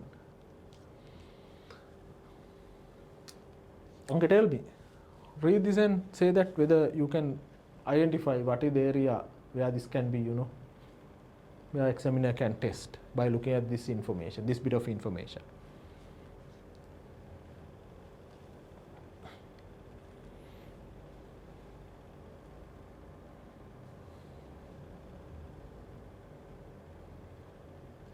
Right, case 23, 24, okay, let's read it. STL's policy is to borrow centrally using mixture of long-term and short-term capital market sources and borrowing facilities to meet anticipated future funding requirements. These borrowing and cash generated from operations are loaned internally or contributed as equity to create equity to certain subsidiaries. Okay, what they do is, if I quickly go to the group structure, right? So this is the group structure. No? So what they do is they look at funding centrally. That means STL look at either long-term or short-term funding sources. Then that the money that they have borrowed, they either invest by themselves, they do investment by themselves as well, or else they give it to the subsidiaries. When they give it to the subsidiaries, it can be either in way of equity, it can be, now this is a parent company, no? You can invest in equity. This particular subsidiary can make a rights issue. That means parent has to invest. Or else it can also be given as an intercompany loan. So the funds borrowed by STL is given to the subsidiaries to undertake the projects as equity capital, either inject as equity or else what, intercompany loans. So as you correctly identified, yes, there's a there can be a question from borrowing cost. I will highlight that borrowing cost standard and the important areas once I go through the financial statements, right? But what I wanted to highlight is, because this is being a group, obviously related party transactions. These are related party transactions. When parent is giving a loan to the subsidiary, it's a related party transaction, right? So there are disclosures that you need to make in terms of what? LKS 24, right? In terms of LKS 24 related party disclosures. So when you go to the examination, this is the diagram that you need to have in your mind. So this explains all the related party relationships that you need to keep in your mind. Now, if you look at, if I apply this to STL, our reporting entity, let's say STL, this is STL. Then STL has a parent. So different percentages here. So in our example, it was how much? 80%. So we are identifying related parties to STL. So the parent company is a related party. So the Singapore, Telecom Singapore. So that is a related party. What is given in light blue are the related parties. What is given in red are not the related parties. Then STL has subsidiaries, two subsidiaries, PPL and VTV. So those are what? Parent is a related party, subsidiary is a related party. Similarly, STL has any associates. In this question, there are no associates. Or else if STL has entered into a joint venture with another venturer, another investor. Let's say STL has 50% holding of this venture. Other investor also has 50%. So the STL together with the other investor has the joint control over this joint venture. So in that case, this joint venture is a related party, but the other venturer, other investor is not related party to STL. right? Because even though there's no joint venture in the pre-scene, examiner can give you a joint venture in the unseen, which you look at the areas, possible areas in terms of the consolidation. Examiner can give you a scenario of a joint venture in the unseen, right? Then not only that, if STL has an investor who has significant influence, normally having a shareholding of 20% to 50%, we believe that investor has a significant influence over the investee. Now in this case, let's say there's an investor who holds 35% holding of STL. So that investor, so the investor would become a related party to STL because STL would become an associate of that investor. So that's a related party. Not only that, the parent company of STL, now this Telecom Singapore, that particular parent company can have subsidiaries, that particular parent company can have associates, that particular parent company can have joint ventures. Those subsidiaries, associate, or the joint ventures of the parent company are what? Related parties to STL, right? Then when it comes to the people, individual, key management personnel of SLT and close family members of those key management personnel. Key management personnel means what's the definition in the standard? Anyone who has the authority of planning, directing and controlling activities of the organization are classified as KMP. Now board of directors are definitely KMPs. Then not only that, senior management like CEO, CFO are what? Key management personnel of the entity. So the key management personnel of the entity, that means SLT, as well as close family members of these KMPs are what? Related parties. Not only that, key management personnel of the entity's parent, that means key management personnel of Telecom Singapore, right? Board of directors of Telecom Singapore and senior management of Telecom Singapore. And their close family members are what? Related parties to STL.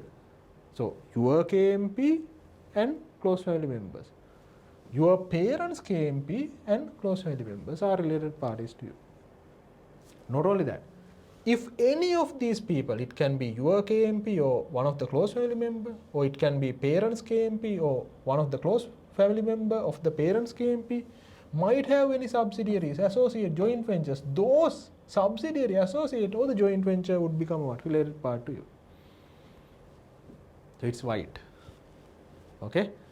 So again, it has not been tested for a while, the area. So if examiner tests this particular area, this is what you need to have in your mind. So you have to identify who are the related parties and what are the disclosures that you need to make. Amount of the transaction, what is the transaction, amount of the transaction, and what is the outstanding value. You have to make the necessary disclosures as per the standard. Right. Moving on. Right, moving on. Then in this particular pre-scene, you have been given the financial statements. Right, you have been given the financial statements. Now, first of all, you have been given the statement of financial position of STL as at 31st December 2024, as well as statement of profit or loss and OCI for the year ended 31st December 2024 are given. Now, when you look at, I'm not going to go through from the beginning, so because you should have gone through by now. So I'll tell you what are the important aspects in addition to the areas what I have discussed already in terms of the standards, right? This is in the telecommunication industry. So always in the telecommunication companies, PP&E are what? Significant. Now let's say towers, telecommunication towers, a huge investment is classified as PP&E. Okay, they have a lot of towers across the country. Then relate to this, earlier I told you company borrowed funds, short-term loans, long-term loans. And if you look at in the next slide, you have been given certain ratios. Debt ratio is what? 71.99%. 9. That means heavily geared. So what examiner can combine a question of PP&E with what? Examiner can easily combine a question of PP&E with what? LKS 23, borrowing cost. Okay, so one area is PP&E. You can say that. So this particular PP&E is funded by using these borrowing sources. And there the question is, okay, are we incurring borrowing cost in terms of a qualifying asset? What do we mean by a qualifying asset? As per the standard LKS 23, asset which necessarily takes substantial period of time to get ready for the intended use. Now in terms of the towers, it takes sometimes years to construct. Okay, a lot of work to be done. So it's a what? Qualifying asset.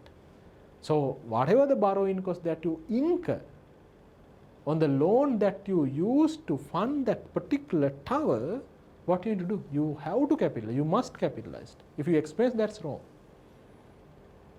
Right? So I'll come back. So these are the standard relevant LKS 16 property, plant and equipment and LKS 23 borrowing cost. Okay, by looking at the financial statements, in terms of the borrowing cost, I explain what is a qualifying asset. Asset that necessarily takes a substantial period of time to get ready for the intended use or sale. So then he can accompany a question of capitalization timeline.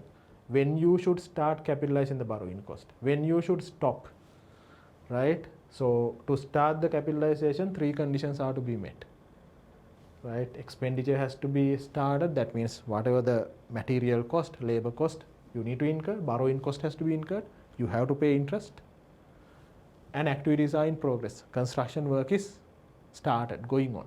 So then only upon satisfaction of these 3 conditions only, you have to start capitalizing the borrowing cost. Up until satisfying all these 3, you can't capitalize the borrowing cost. You have to expense.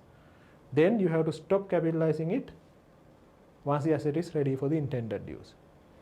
Then there can be situations where you need to suspend capitalizing the borrowing cost. Let's say there's a labor strike. You have not paid on time. For months, laborers are not working. But you have to pay interest to the bank.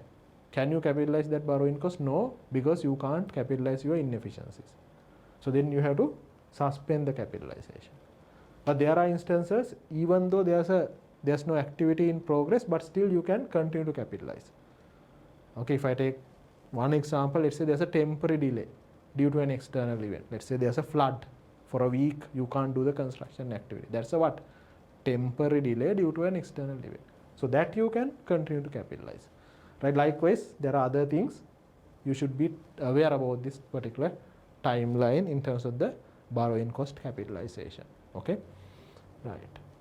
Again, if you can't remember the things what I discussed, what you do? Go back and look at the videos, look at the tunes, get your knowledge revised. Okay? Right. Going back to the financial statements. Then the other thing what I want to highlight here is, right of use asset. And in terms of the liabilities, you have lease liabilities under non-current as well as current.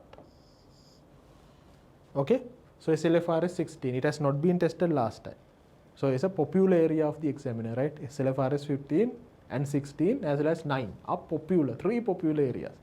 So SLFRS 16 was not tested last time. If it's a lease, in perspective of the lessee, you have recognized the lease liability and the right of use of the asset. Then the right of use of the asset has to be amortized over the lease term. Then the lease liability, you need to account at amortized cost. There are other concepts like modification of leases, sale and lease back, broad area. Then finally, I want to highlight one other aspect which I told you at the beginning. Even though there are not much of impairment indicators are given in this particular pre-scene, if you look at the P&L, there's an impairment loss. That's why I mentioned about the impairment at the very beginning, right? There can be an impairment loss in terms of if you don't invest in technology, there can be technological obsolescence. Through that, assets can be impaired. In addition to that, it was not mentioned for which this impairment loss is related to. This can be related to a trade receivable balance as well, because when it comes to telecommunication company, you have a lot of customers. There are good as well as bad customers. Some people pay, some people don't pay on time. So then you have to apply the expected credit loss model, right? You have now there are, in terms of the expected credit loss model, there are stages: stage 1, stage 2, stage 3, performing, underperforming, non-performing. Then how to calculate the expected credit loss: 12 months, lifetime. Then how to calculate the interest income on gross carrying value, net carrying value. So this is the 3-stage process, but I believe that most of the debtors or the customers, debtors means customers, would settle within the 12 months period, right? In terms of a company like Dialog, most of the customers. So if you have debtors without a significant financing component, in simple language, if debtors are settling within 12 months period, you don't need to go through this stage 1, stage 2 and stage 3 model. So what you can do is you need to apply actually the simplified model. So the simplified model means you just apply the lifetime expected credit loss model because there is no significant financing component. See, there's no significant financing component means settlements are taken place within a year. So if the settlements are taken place within a year, no significant financing component, so which means without applying the 3 stages, you can directly go ahead with the simplified model, what is explained in the standard. Just apply the lifetime expected credit losses because lifetime is less than a year. Okay, so my point is, yet again, I do not have time to explain what is stage 1, stage 2 and stage 3, right? But if I quickly tell you, by looking at the picture you can understand. This is the type of the customer. Let's say you have given a loan. Let's assume bank has given a loan, right? So here customer is happy, which means he is paying on time, no issues, right? Your credit risk has not increased from the initial inception, right? So from the date where you have given the loan to the reporting date, your credit risk has not increased. So it's a performing loan, performing customer. So what you do is you just need to apply the 12 months expected credit loss model. And your finance income, interest income has to be recognized based on the gross carrying value. What is the gross carrying value? Now if I take an example, let's say gross carrying value is the value of the loan, value of the trade receivable or whatever. Let's say gross carrying value of a particular financial asset is 1000. Then from this you deduct the loss allowance.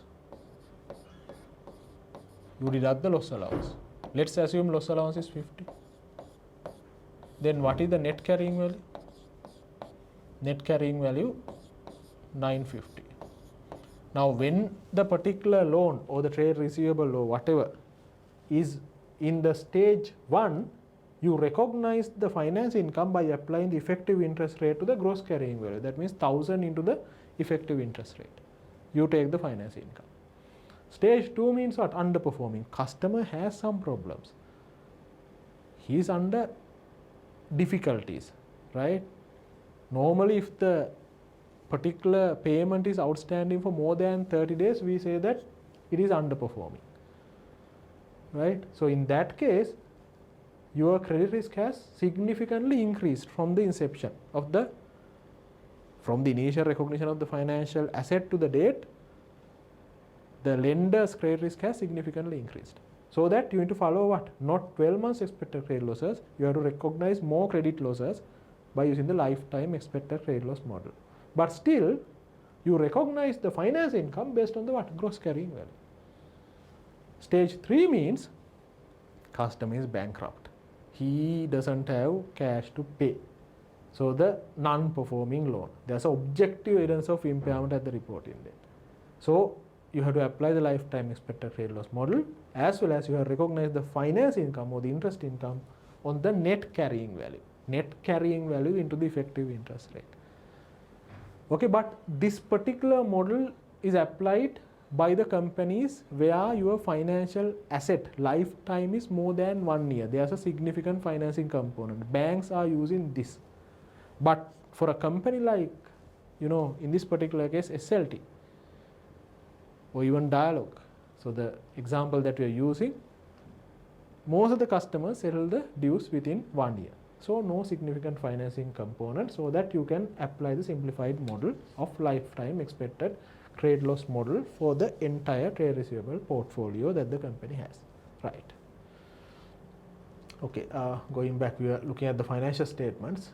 So I explained about SLFRS 16 leases, and I have explained about SLFRS 9 financial instruments. Right. So by looking at the set of financial statements of this company, STL, this is what I can figure it out other than the areas what I have discussed in terms of the accounting standards, right? Any other thing that you want to highlight?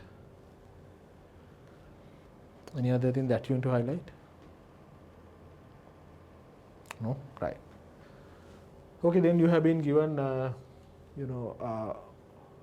certain figures in terms of the revenue, GP, operating profit, net profit, EPS, dividend per share, then ROC, return on capital employed, debt ratio over the last, so some years. So you have been given the information.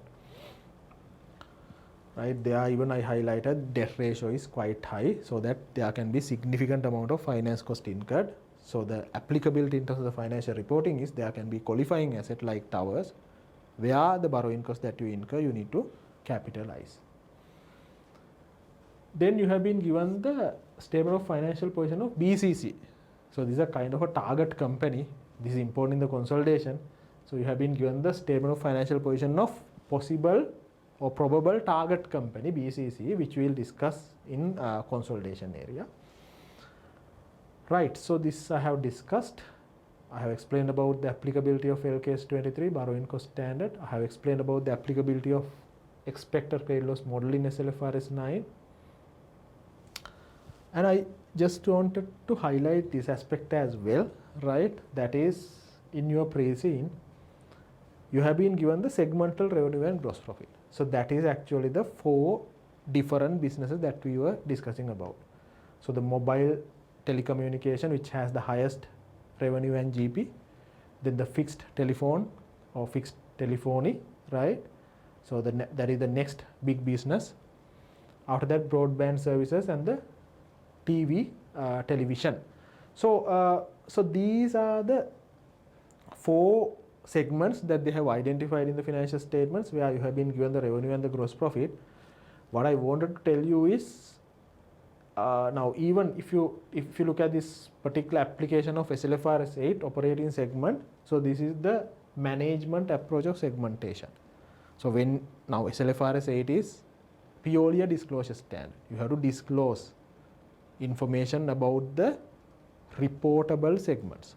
You have to disclose the information about the reportable segment. What information? Revenue, profit or loss, assets, liabilities of each of these segments. Now, the disclosure of information is the final step. Now, to go there, you have to follow certain steps. What are the steps? First of all, you have to identify CODM, Chief Operating Decision Maker.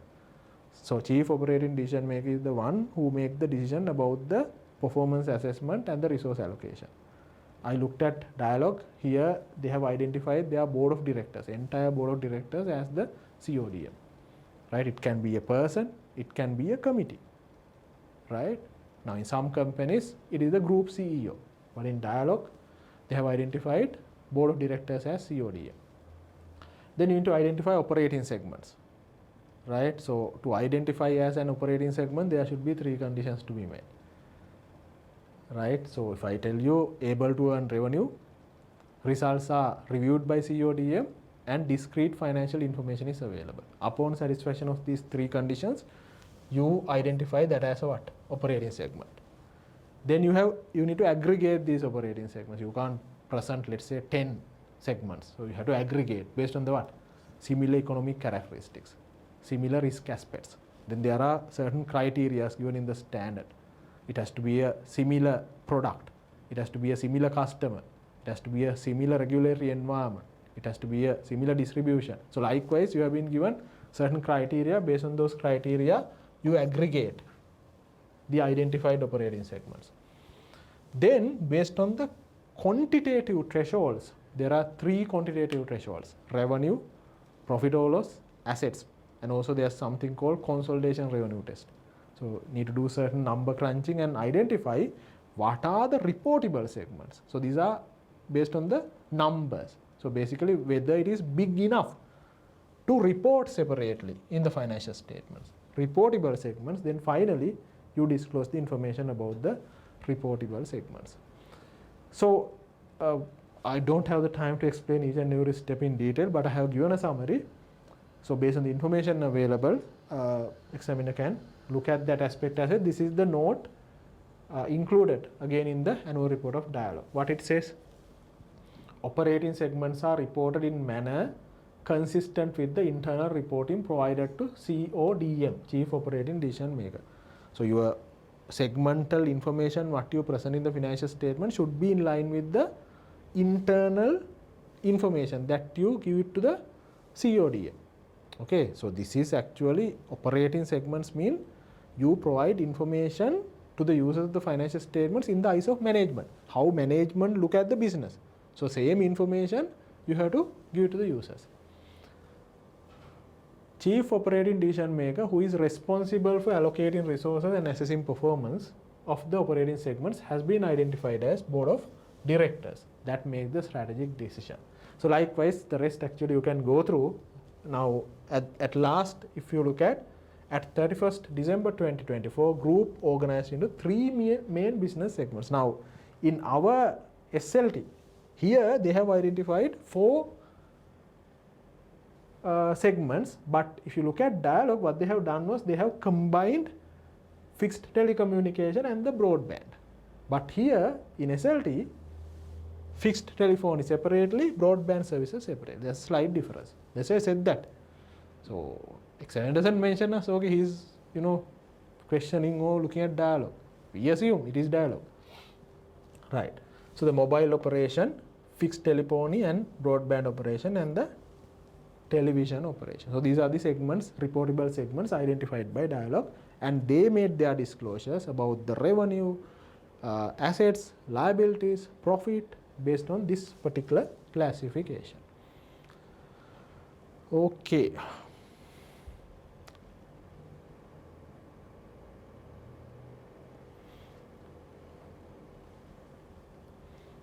Right, so actually we have completed the areas relevant to accounting. There are a few questions about financial statements, especially there's inventory balance, small value, right? So whether they will test on the cost or NRV. If examiner can has a liberty test, but I don't believe that it's not material in terms of this telecommunication industry for him to test that concept. But yes, all liberties do test anything.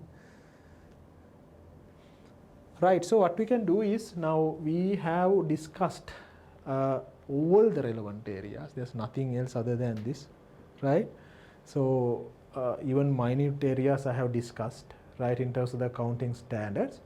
So we have done that part. What we can do is, we'll take 5 minutes break, right? We'll take 5 minutes break, and thereafter, or else we'll take 10 minutes break. Doesn't matter, 5 or 10. So we'll take 10 minutes break, fresh up your minds, because consolidation is the most important aspect.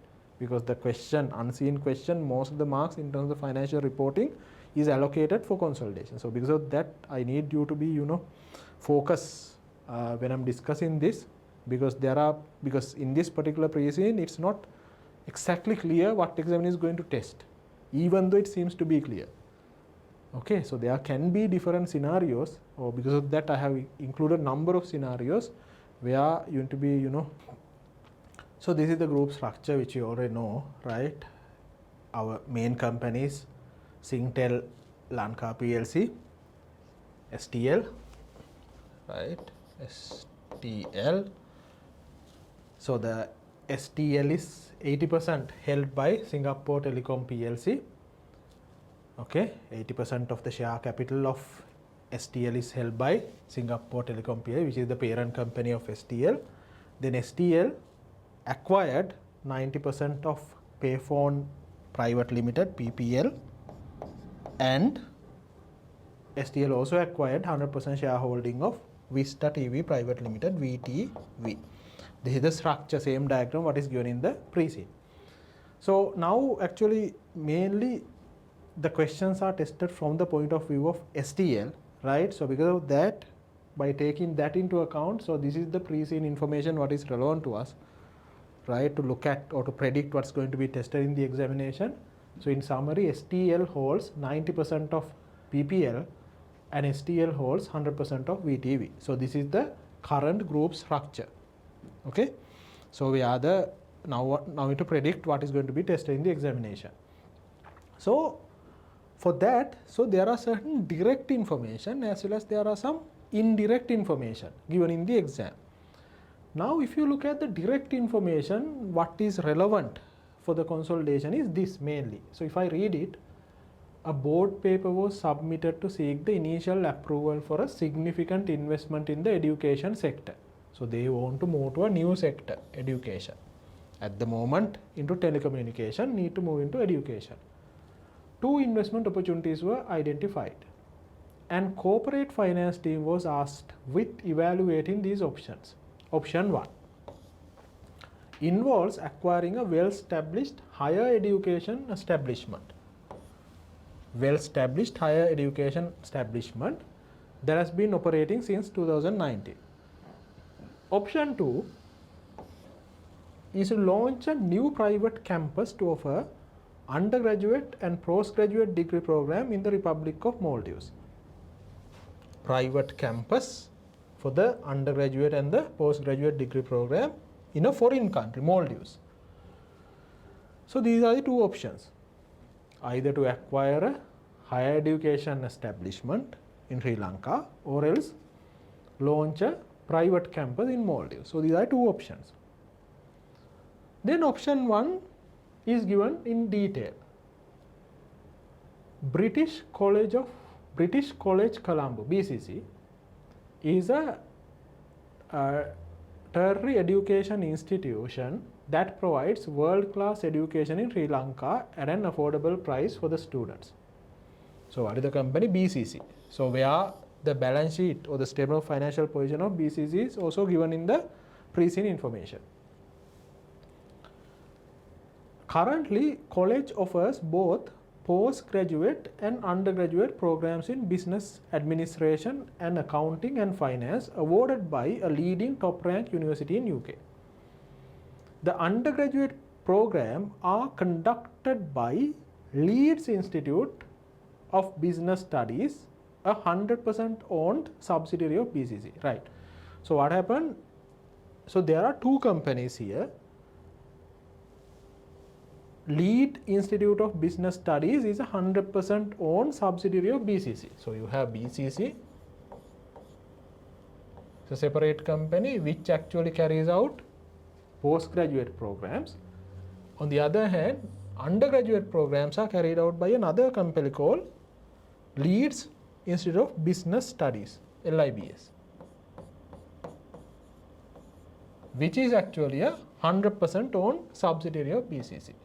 So BCC holds 100% of share capital of LIBS. So 2 companies. This is of postgraduate BCC, this is of undergraduate studies. Now what is the probable unseen scenario by looking at the information? Because this is a radical change.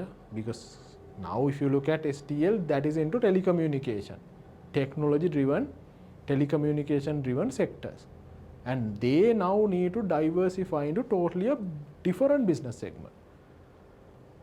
But based on the information what is given in the pre-scene, okay, and not only that, you have been given the statement of financial position of BCC.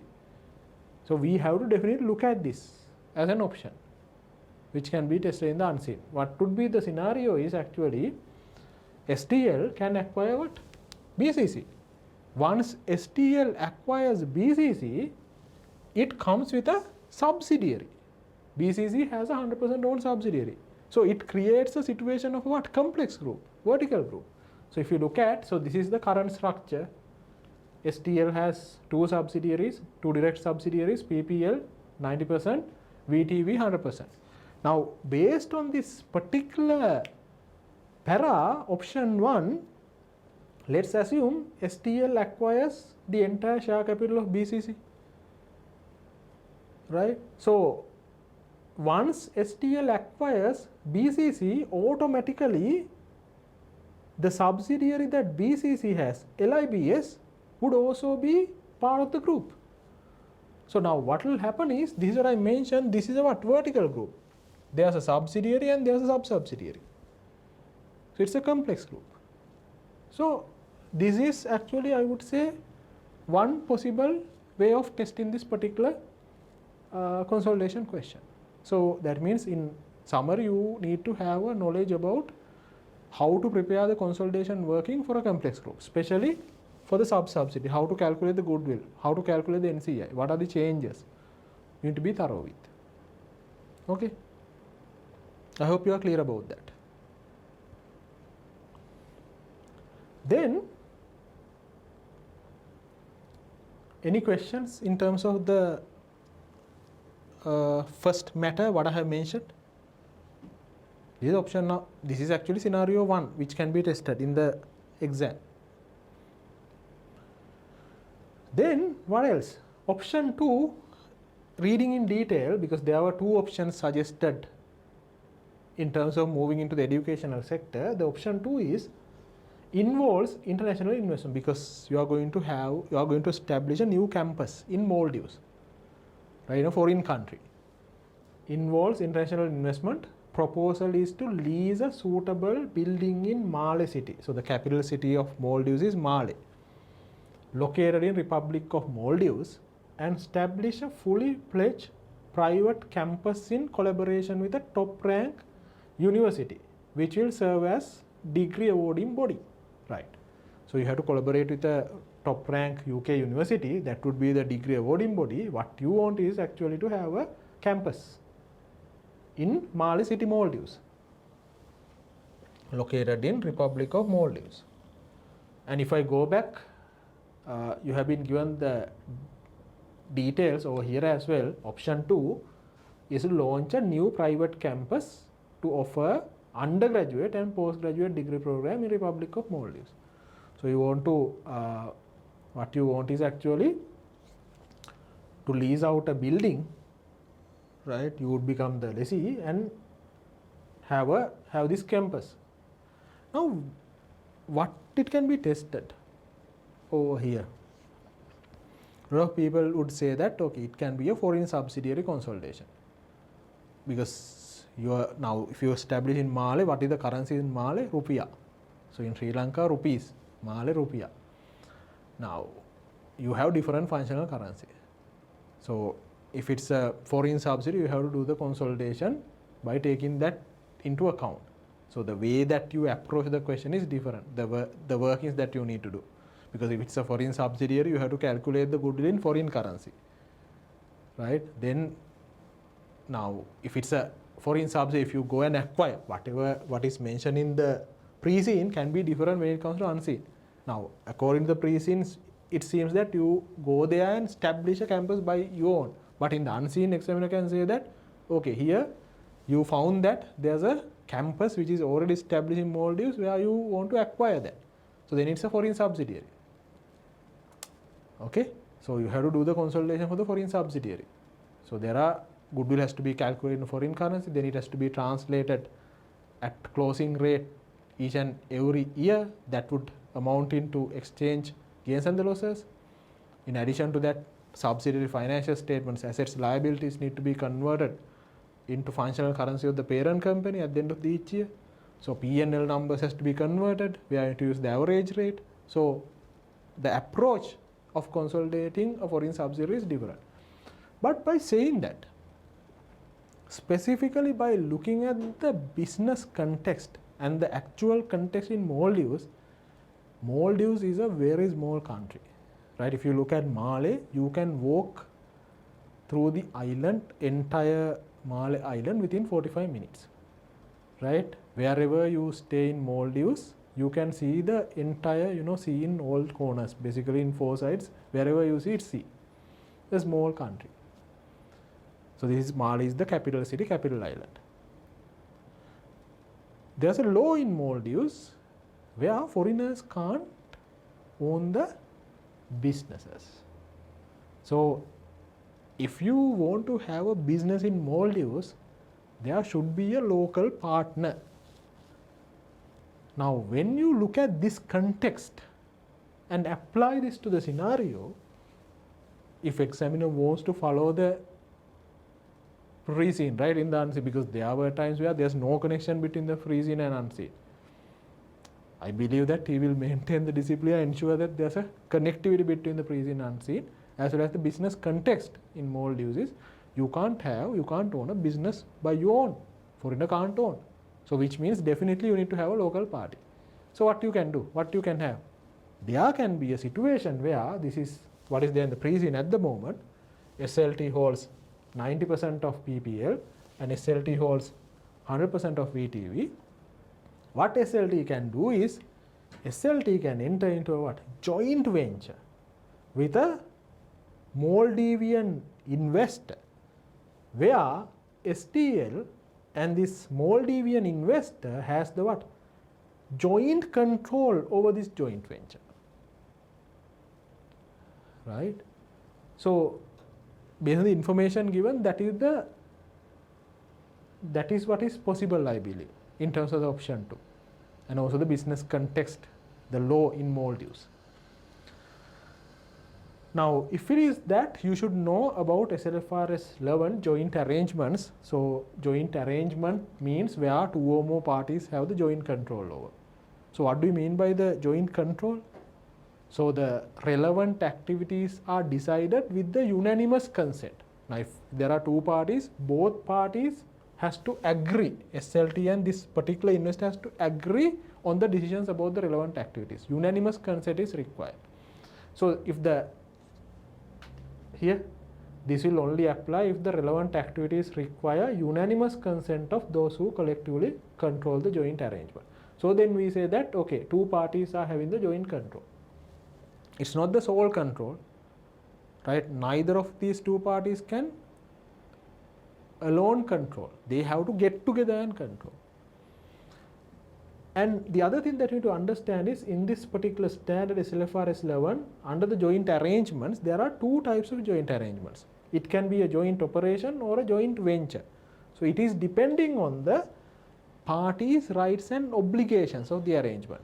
So basically, if it is a joint venture, what will happen is there is a separate entity established, like this.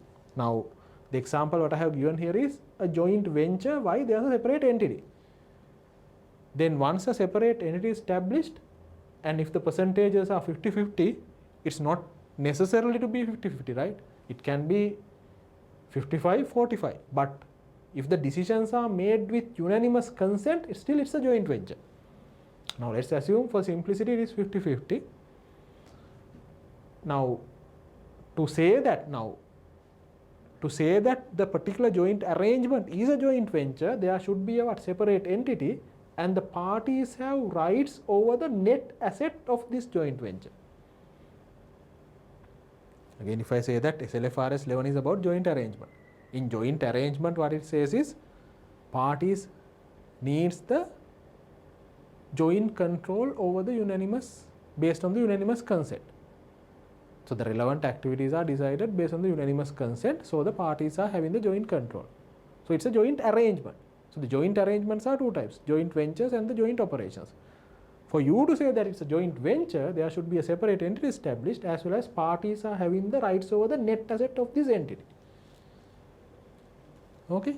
The other type of joint arrangement is what? Joint operations. Joint operations means what?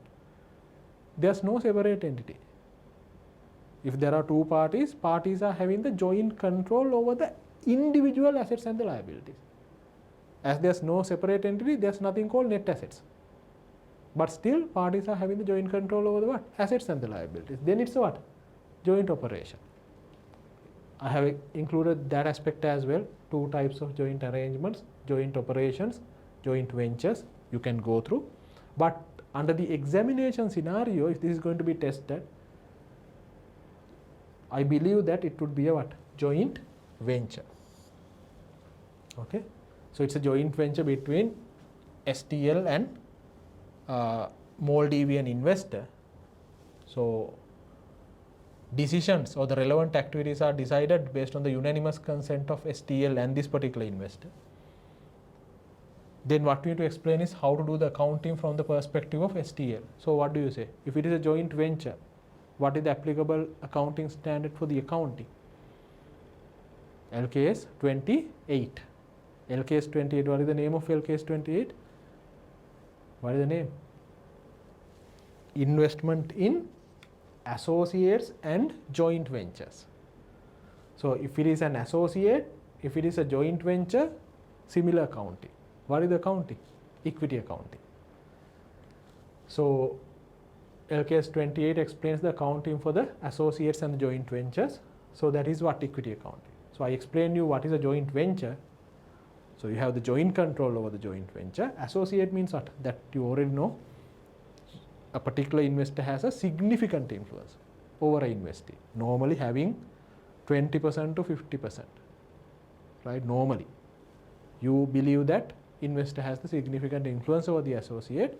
So if it is an associate or if it is a joint venture, in this case, what is possible is actually a joint venture. Your accounting is equity accounting. Equity accounting means a special kind of an accounting treatment. It's not consolidation. You don't do the line by line addition. So in balance sheet, what do you do in equity accounting? You have one line item under the non-current asset, cost plus share of post-acquisition net asset changes. Even in the P&L, one line item that shows share of profit after tax of the joint venture. Okay, so believe that you are aware about the equity accounting. So that is actually the second scenario which I can predict based on the information given in this pre-seed. Right. I hope you are clear about that. Okay. Right. That also a kind of a radical change, right? Why do I say so? Because company is in telecommunication, tech driven, and you suddenly want to move into what? Education. Not only that, here you want to move into a different country, different product, different market. You are taking a risk, right? But we have to go ahead with what is given in the pre-seed. So based on that, we have discussed there's an option like this. Now these are the now before moving there, if this is tested, now if this scenario is tested, let's say you establish a joint venture in Maldives with another investor, there's another standard which is applicable, LKS 21, effects of foreign exchange rates. Now in that particular standard, one of the things that we decide is functional currency of the joint venture, right? When you now actually LKS 21 talks about three things. Number one, determination of functional currency and presentation currency. Then how to account for individual foreign currency transactions that we already discussed earlier. And third thing is how to consolidate, how to account for a foreign operation. This is actually, we have to decide how to account for this particular foreign operation. Now before you decide the accounting, you need to identify what is the functional currency. Now to decide the functional currency, a lot of guidances are given in LKS 21. What are the guidances? Because when you establish a foreign operation, in this case a joint venture in Maldives, you have to decide whether the functional currency is the Maldivian currency. What is the Maldivian currency? Rupiah. Or else whether it is the currency of parent company, that is Sri Lankan rupees. You have to decide what is the functional currency of the joint venture. For that, lot of guidances are given in the standard. Now out of these guidance, altogether actually there are 9 guidances for a foreign operation. Out of these 9 guidances, first 3 are the main criteria which is applicable for a foreign operation as well as a local operation. Now, if you look at these criteria, the first one says that what is the currency in which the sales prices are denominated, whether it is in Maldivian currency or whether it is in Sri Lankan currency, whether it is in rupiah or whether it is in rupees. Next one, currency in which competitive forces and the regulators determine the sales prices, again whether it is in rupiah or rupees. Then currency in which you incur your main cost of material cost, labor cost, right, other direct cost, whether you incur material cost, labor cost in rupiah or rupees. You look at that and decide whether the functional currency is rupiah or rupees. Right. There are 3 main factors. Then there are 2 additional factors that you can look at. Currency in which your financing activities are generated. Let's say this joint venture wants to take a loan. What currency that you use to take this loan? Whether it is the Maldivian currency or whether it is Sri Lankan currency. Right. Then currency in which operating cash are retained. Once you generate profit, under which currency you retain them. Again, whether it is in rupiah or rupees. So, you have to look at all these factors to decide the functional currency, whether it is Maldivian currency or Sri Lankan currency. And when you have mixed indicators, you have to use your judgment and decide which has a higher weightage. Okay, if most of the factors suggest that it is rupiah, Maldivian currency, functional currency would become rupiah. But I also want to highlight that when it comes to the determination of the functional currency, there are 4 factors which are directly or which are only relevant for the foreign operations. Now, in this particular matter, as it is a foreign operation, if you look at, now we are answering the question from the perspective of STL. From the perspective of STL, this is a foreign operation. Here, in determining the functional currency of a foreign operation. Foreign operation can be a foreign subsidiary, foreign associate or a foreign joint venture. Number of additional factors. So, these 4 additional factors are only relevant to the foreign operations. So, what are these 4 factors? Need to have an understanding, because examiner can give you a scenario in the unseen about these factors, about these as well as these 4 additional factors, and examiner can ask you to determine the functional currency of that foreign operation. We have to be thorough with this criteria. Number 1, out of these 4 additional factors relevant to the foreign operation, degree of operational independence or the autonomy from the parent company. Okay, can that foreign operation make their own operational decisions, or else should it make the decisions based on the parent company? Right? Basically, whether you have the autonomy or not, whether the Maldivian operation has the autonomy or not. If they can make their own decisions, functional currency will be rupiah. But if they want to depend on STL is the party who made the decision of that foreign operation, then the functional currency would become what? Sri Lankan rupees. Okay. Then proportion of transactions with the parent. Let's say if you look at this Maldivian operation, very less transactions with the Sri Lankan company. Then what is the functional currency? Maldivian currency. But if you look at the total transaction, 90% of the transaction is with the Sri Lankan company and the foreign operation. Then functional currency would become what? Sri Lankan rupees. But if you look at this particular situation, if they want to have a campus, I don't think that there will be transactions with SLT, right? So it would be less. So depending on that, functional currency would be what? Maldivian currency, rupiah. Then influence of cash flows on parents' cash flows and availability for the remittances. Let's say this particular foreign operation, what they need to do is generate profit, generate cash and remit that to the parent, nothing else. At the end of each month, there's a remittance to the parent company. So which means what? Autonomy is not there. If autonomy is not there, functional currency would be the currency of the Sri Lankan company, rupees. But if the Maldivian company can retain their own cash and they can decide what to do with them, then there's autonomy, right? So then the functional currency would be Maldivian rupiah. Finally, what is the financial autonomy, which means whether the foreign operation can pay their own debt without depending on the parent company. Again, it's autonomy. If financial autonomy is there, if the foreign operation can serve its own debt obligations, functional currency would be what? Maldivian currency, rupiah.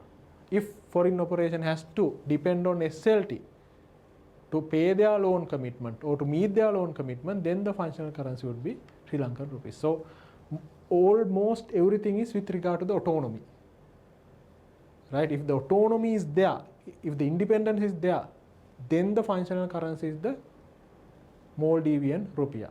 But if the autonomy is not there, so the foreign operation has to depend on SLT, then the functional currency would be Sri Lankan rupees. That's how you determine. Okay, right. And I told you accounting treatment for the joint venture is not the consolidation, right? It is equity accounting. Associate and the joint venture, equity accounting. If it is a subsidiary, consolidation. Okay.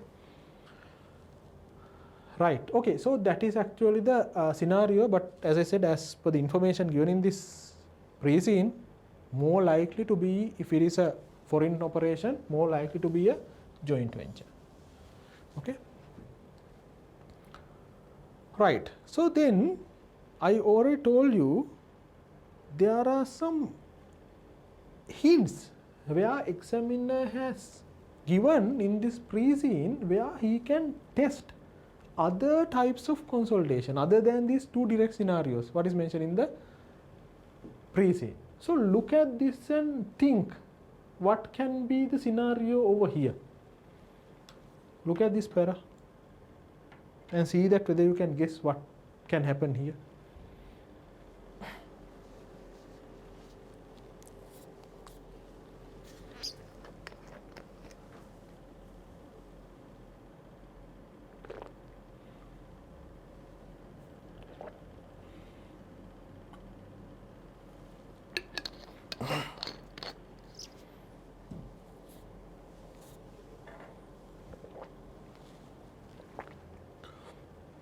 What it says, in addition to its regular bank borrowings, STL has recently entered into an agreement with International Financial Corporation, IFC, and has access to a loan facility up to $100 million. Now you have a loan facility of 100 million from IFC. This funding will be used to expand and enhance broadband connectivity throughout the country. SLT has a funding facility of 100 million US dollars. This is to expand and enhance broadband connectivity throughout the country. Okay, let me ask this question.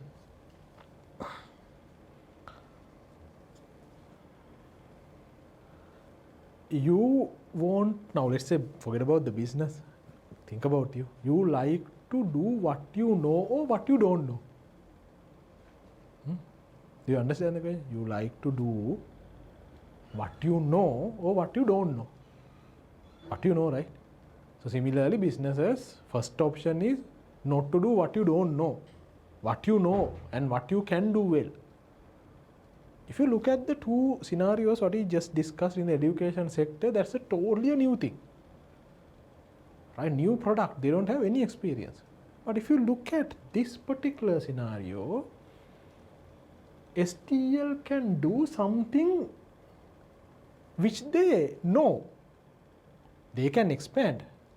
Right? Seems that actually in their business cycle, they have now reached to a, now if you look at Dialog, they have reached the maturity stage of their business. So very little room to grow. You have very high market share, but the growth potential is limited in that market. If you look at your matrix BCG, that is what? Star, right?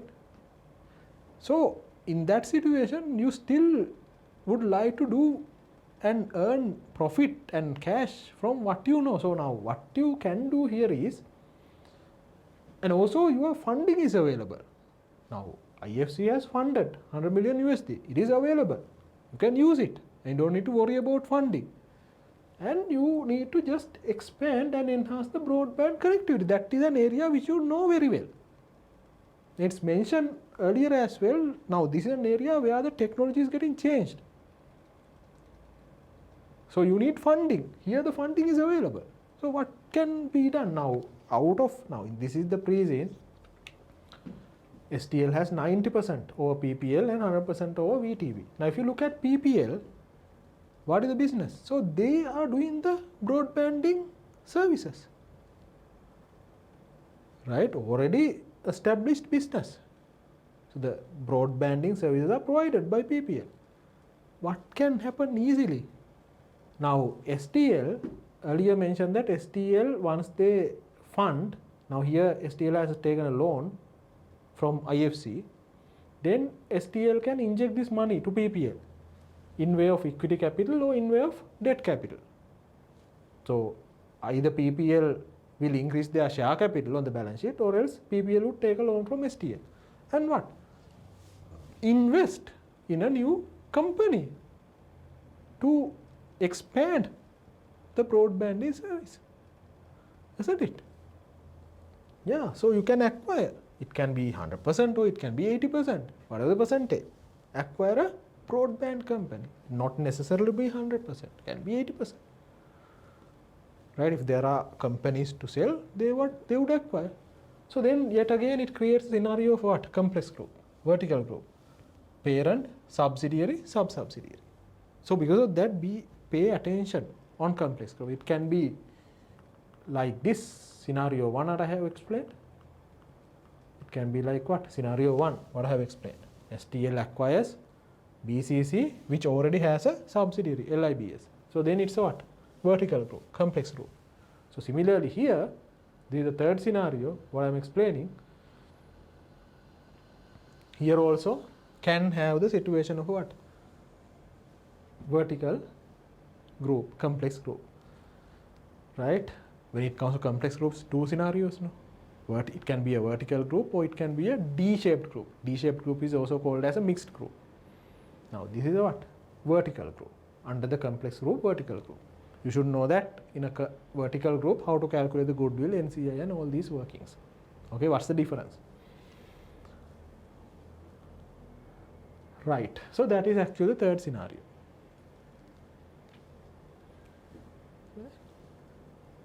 But that is indirect, right? Not direct as the first two. But if you look at the business context, if you think that, if you believe that you are in the board of directors, you represent the board of the STL, board would like to do what they know. But based on the pre-seen information, it's not direct. It is something which we need to understand by reading this. You have to connect the slots and say that, okay, this is what it can happen.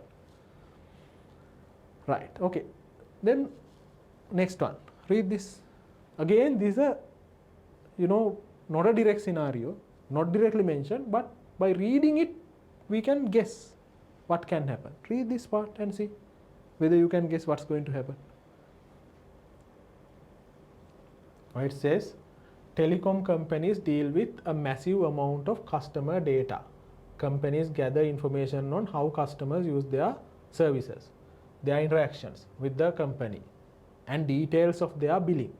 However, in real challenge lies in shifting through this vast data ocean to extract valuable insights and make accurate predictions.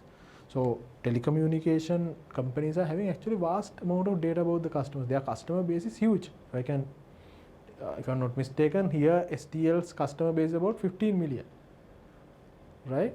So they collect vast amount of data. Now the challenge is to convert this data to information to make decisions, to convert that into insights to make decisions. Then with the aggressive digitalization of services in recent years, STL has accelerated its effort to embrace rapid advancements in wireless communication and new digital technologies such as 5G, edge computing, artificial intelligence, and application programming interfaces. So basically now what they want, now I told you STL, if you look at real life dialogue, is in the maturity state. and it's in the telecommunication, which means technology plays a key role. You have to go ahead with the technological changes. Now let's assume if the dialogue doesn't do the innovation, or if they don't change with the change in technology, they'll be soon outdated. New competitor can come and capture the market easily. So because of that, whatever the new development, what is mentioned over here, it's a must to embrace, otherwise you can't survive. So out of all these things, as well as here, you have a lot of data where you can't, you have the main challenge is to convert that into insight. Out of all these things, it seems that they want to move into AI. Definitely they need to, they must do it.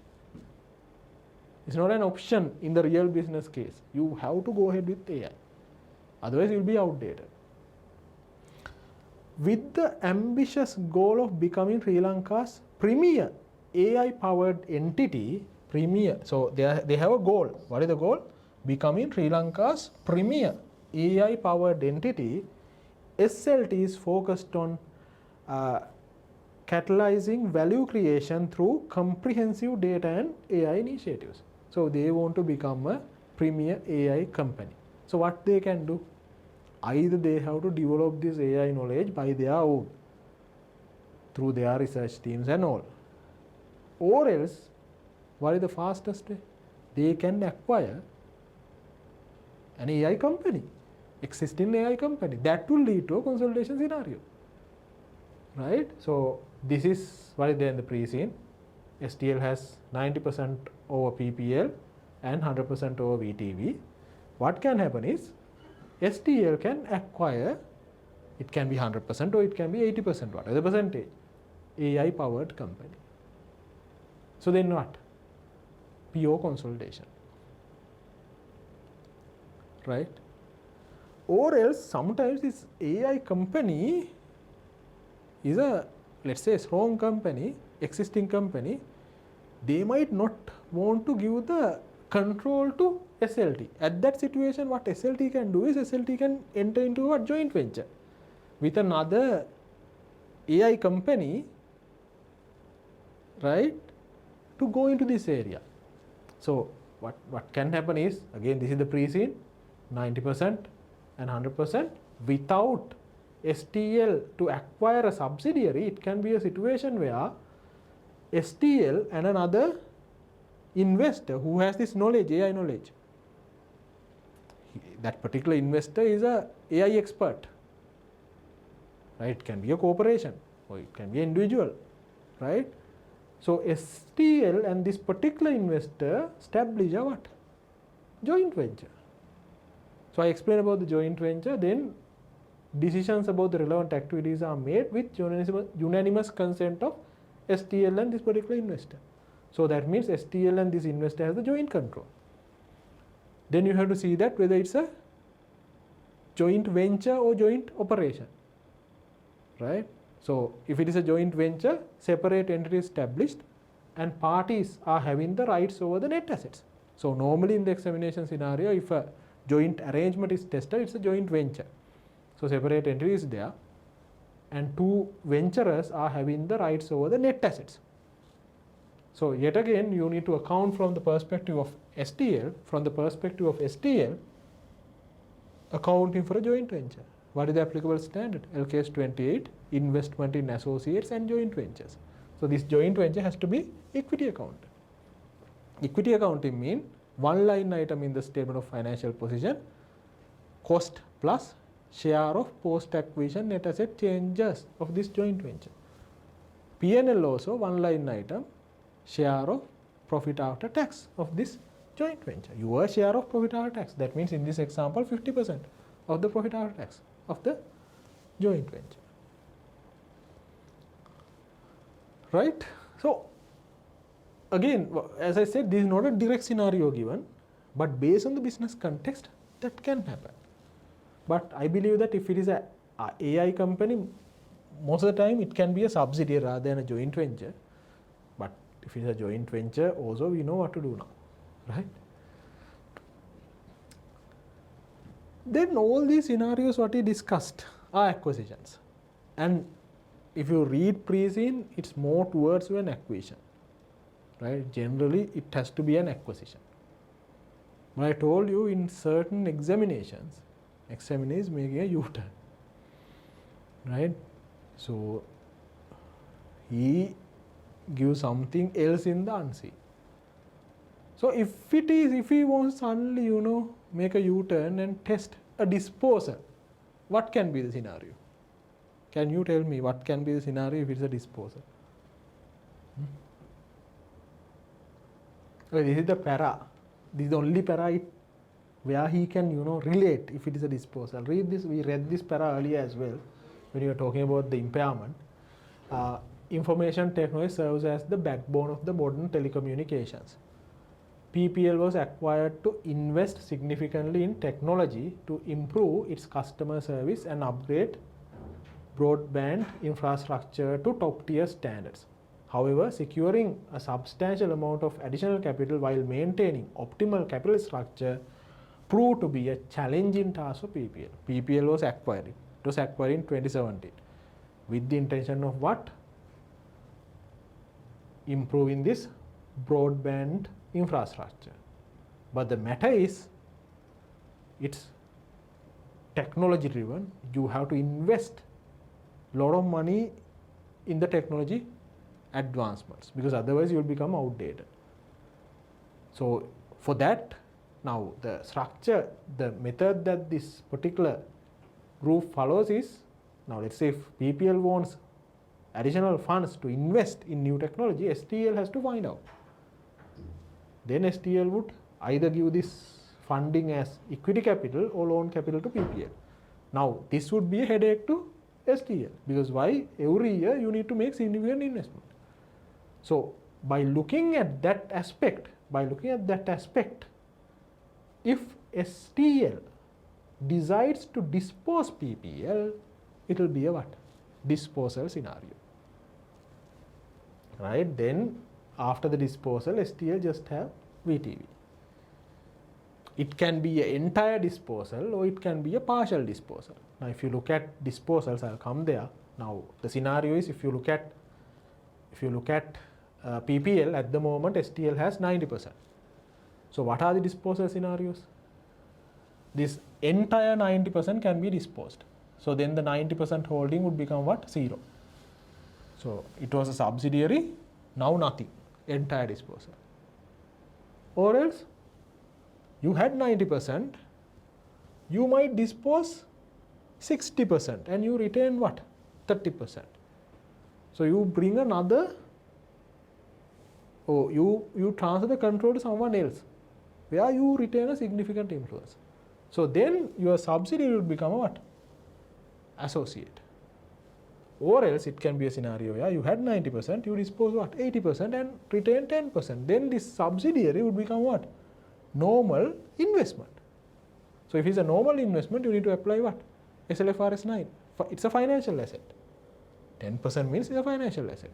30% means associate. You need to apply LKS 28, investment in associates and joint ventures. Right? Equity accounting. Now, the common factor of the first three scenarios is, what is the common factor? In all these three scenarios, parent company, in our example STL, is losing the control. Control is lost. Okay, here entire disposal, here only an associate, here only a financial asset. So control is lost. So because of that, accounting treatment, so basically here when you have a disposal where the control is lost, disposal where the control is lost, you need to calculate the disposal profit to be included in the consolidated statement of profit and loss. So how to calculate the disposal profit? There's a format.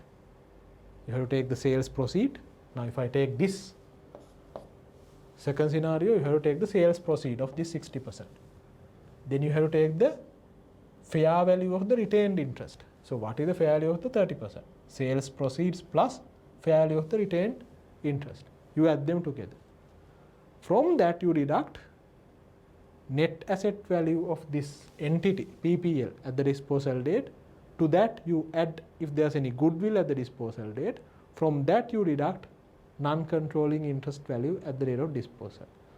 Net asset at disposal plus goodwill at disposal minus non-controlling interest, because you just had only 90%, that means 10% is NCI, minus non-controlling interest value at disposal. You take the net answer of that. That net answer you need to deduct from the total of sales proceed and the fair value of the retained interest. So you calculate the disposal profit. Look at how to calculate the disposal profit if the control is lost.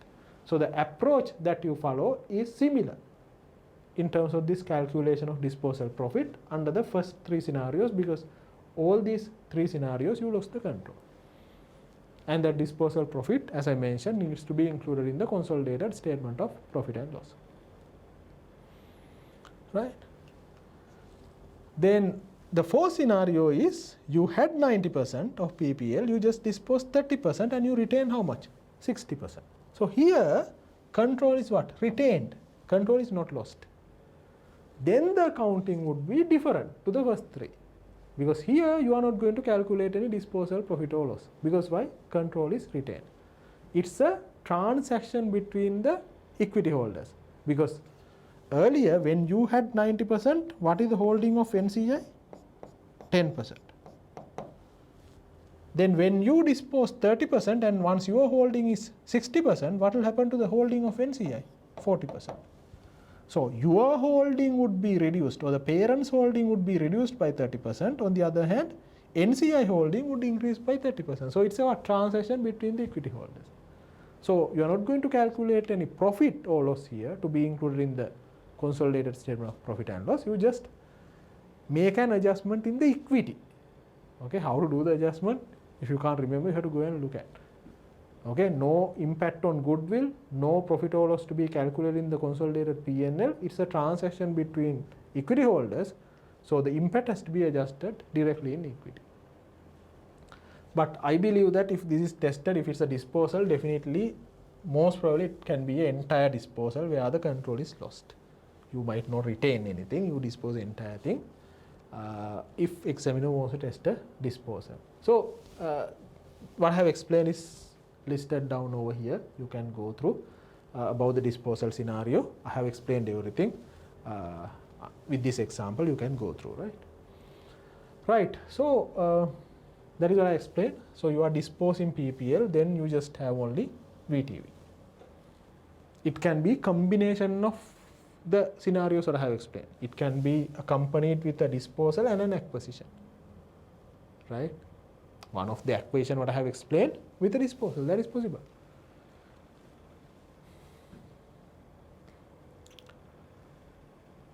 Right. Okay, by looking at the pre-scene, this is what I can predict in terms of the consolidation. We looked at number of scenarios. So in summary, the areas what is important is complex groups are important.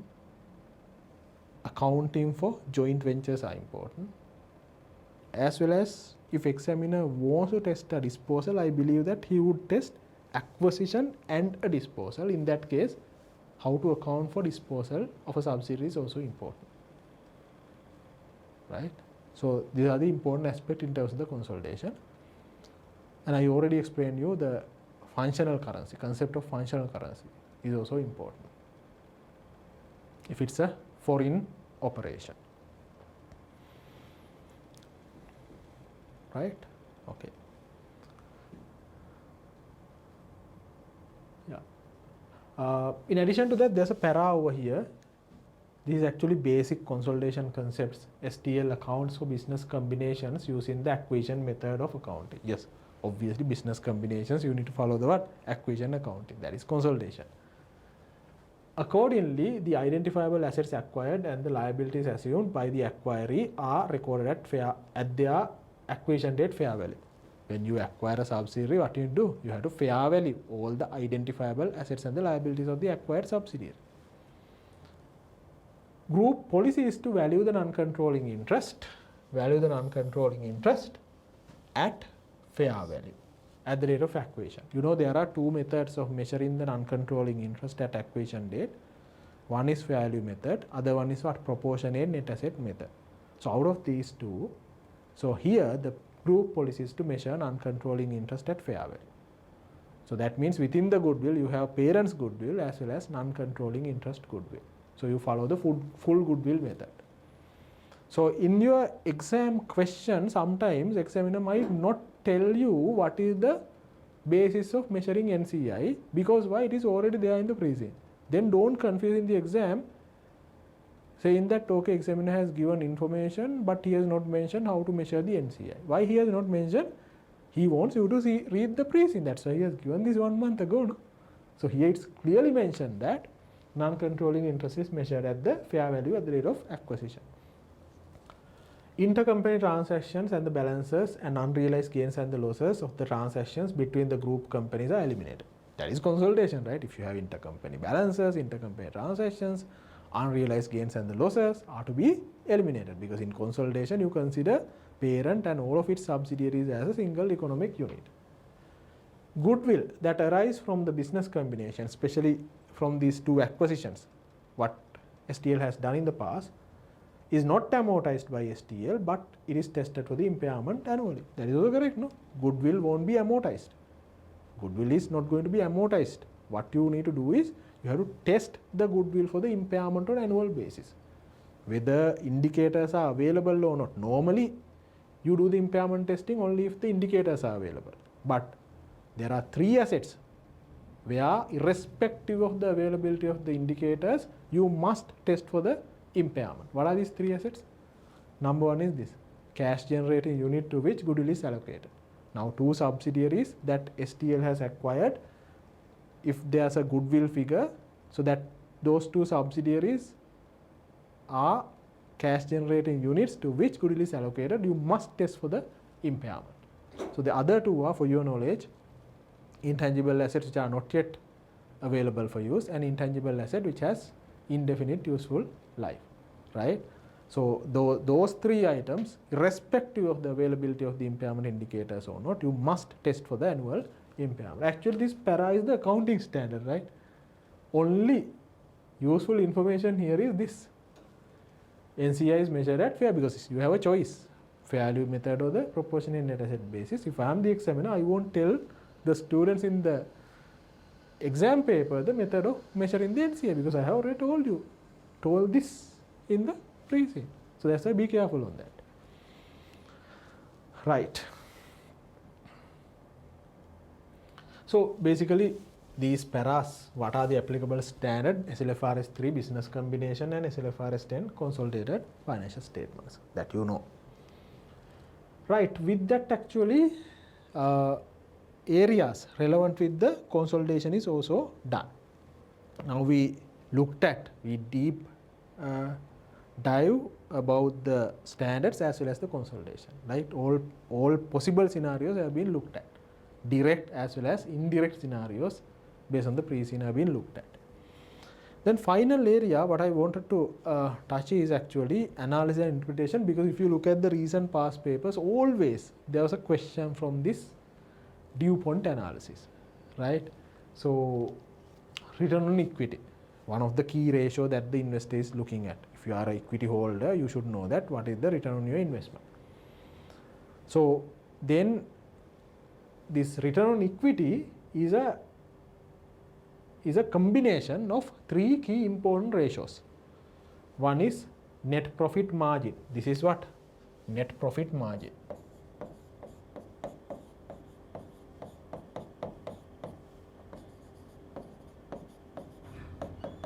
Right? Net profit divided by revenue. Then revenue divided by total asset. This is asset turnover. Asset turnover. Into total assets divided by shareholders' equity. This is equity multiplier.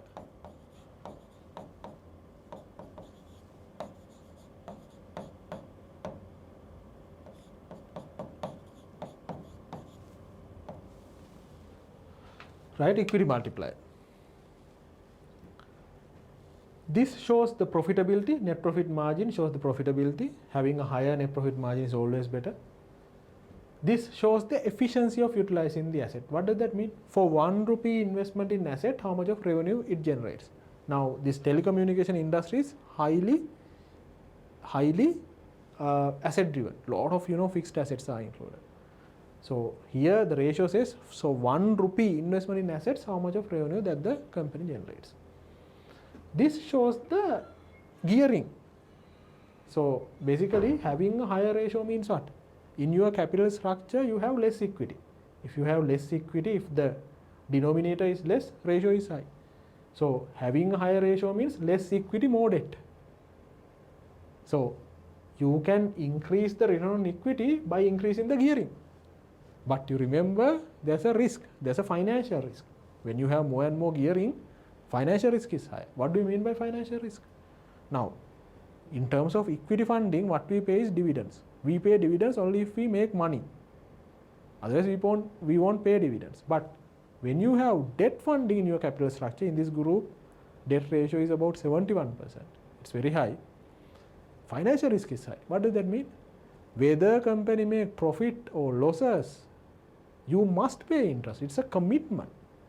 It's a fixed commitment. So that's what we say, that when you have more debt capital, when your equity multiplier is high, your financial risk is high. But in terms of the return on equity, you can increase the return on equity by increasing this ratio. So the tendency in the past examination was, examiner is giving you the return on equity current year and the previous year, or else company's return on equity with a competitor, and wants to analyze what has happened to the return on equity, whether we are doing well or not. Right there, when you are commenting on the increase in or decrease of the return on equity, let's say the return on equity is decreased during the year, comparing with the last year, return on equity has declined. Then you have to find out where the problem is, whether the problem is in profitability, whether the problem is in efficiency, this is the efficiency of utilizing the assets, or whether the problem is in gearing, right? So when you look at the breakdown, easily you can comment about it. If you look at the recent past paper questions, you can easily cover this particular area. So be aware about that, because if you just net off, now let's say revenue to revenue net off, then total assets to total assets net off, then what is remaining? Net profit divided by shareholders equity, that is return on equity. Net profit divided by shareholders equity. Then once in the past, so this net profit margin is further split, and the questions are tested out of that, further split into 3 main ratios. What are the 3 main ratios? Operating profit margin,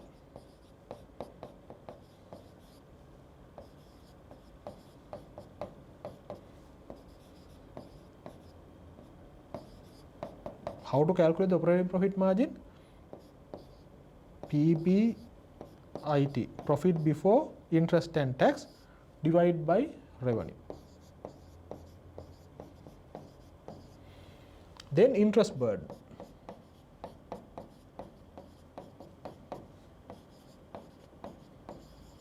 How to calculate the interest burden?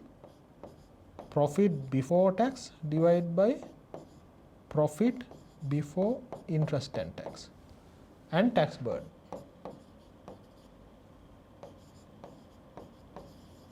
How to calculate the tax burden? Profit after tax or net profit divided by profit before tax. So you further analyze, let's say net profit margin is declined. Is it because of the decline in the operating profit margin, or is it because of the interest burden, or is it because of the tax burden? Right, have a look on this particular analysis. In addition to that, because in this pre-scene, if you look at, a lot of ratios have been given, a lot of figures have been given. Be aware about the other ratios as well, like profitability ratios, like what you call return on equity. Return on equity we already discussed. So other profitability ratios like return on capital employed, gross profit margin, right? Be aware about those. Then I don't think that liquidity would be tested, because no information has been given about the working capital ratios or the current ratios or the quick ratio, but also the gearing. Gearing you can calculate debt divided by equity or debt divided by debt plus equity. And interest cover, right? Interest cover, how to calculate the interest cover? Profit before interest and tax divided by interest expense. So be aware about these basic ratios. If examiner tests something, those are easy marks. Don't miss those marks. Right. Then with regard to sustainable reporting, I believe that Indonesia has already discussed about it. Because of that, I'm going to cover it up. So the new standards LFRS S1 and S2 are critical, important, and also the integrated reporting. Have a look, right? Because these are easy marks if these are tested. Because if sustainable reporting is tested, it would be a very easy question, right? It's a direct question, no complications, basics. Right. Yeah, with that note, actually, I have now covered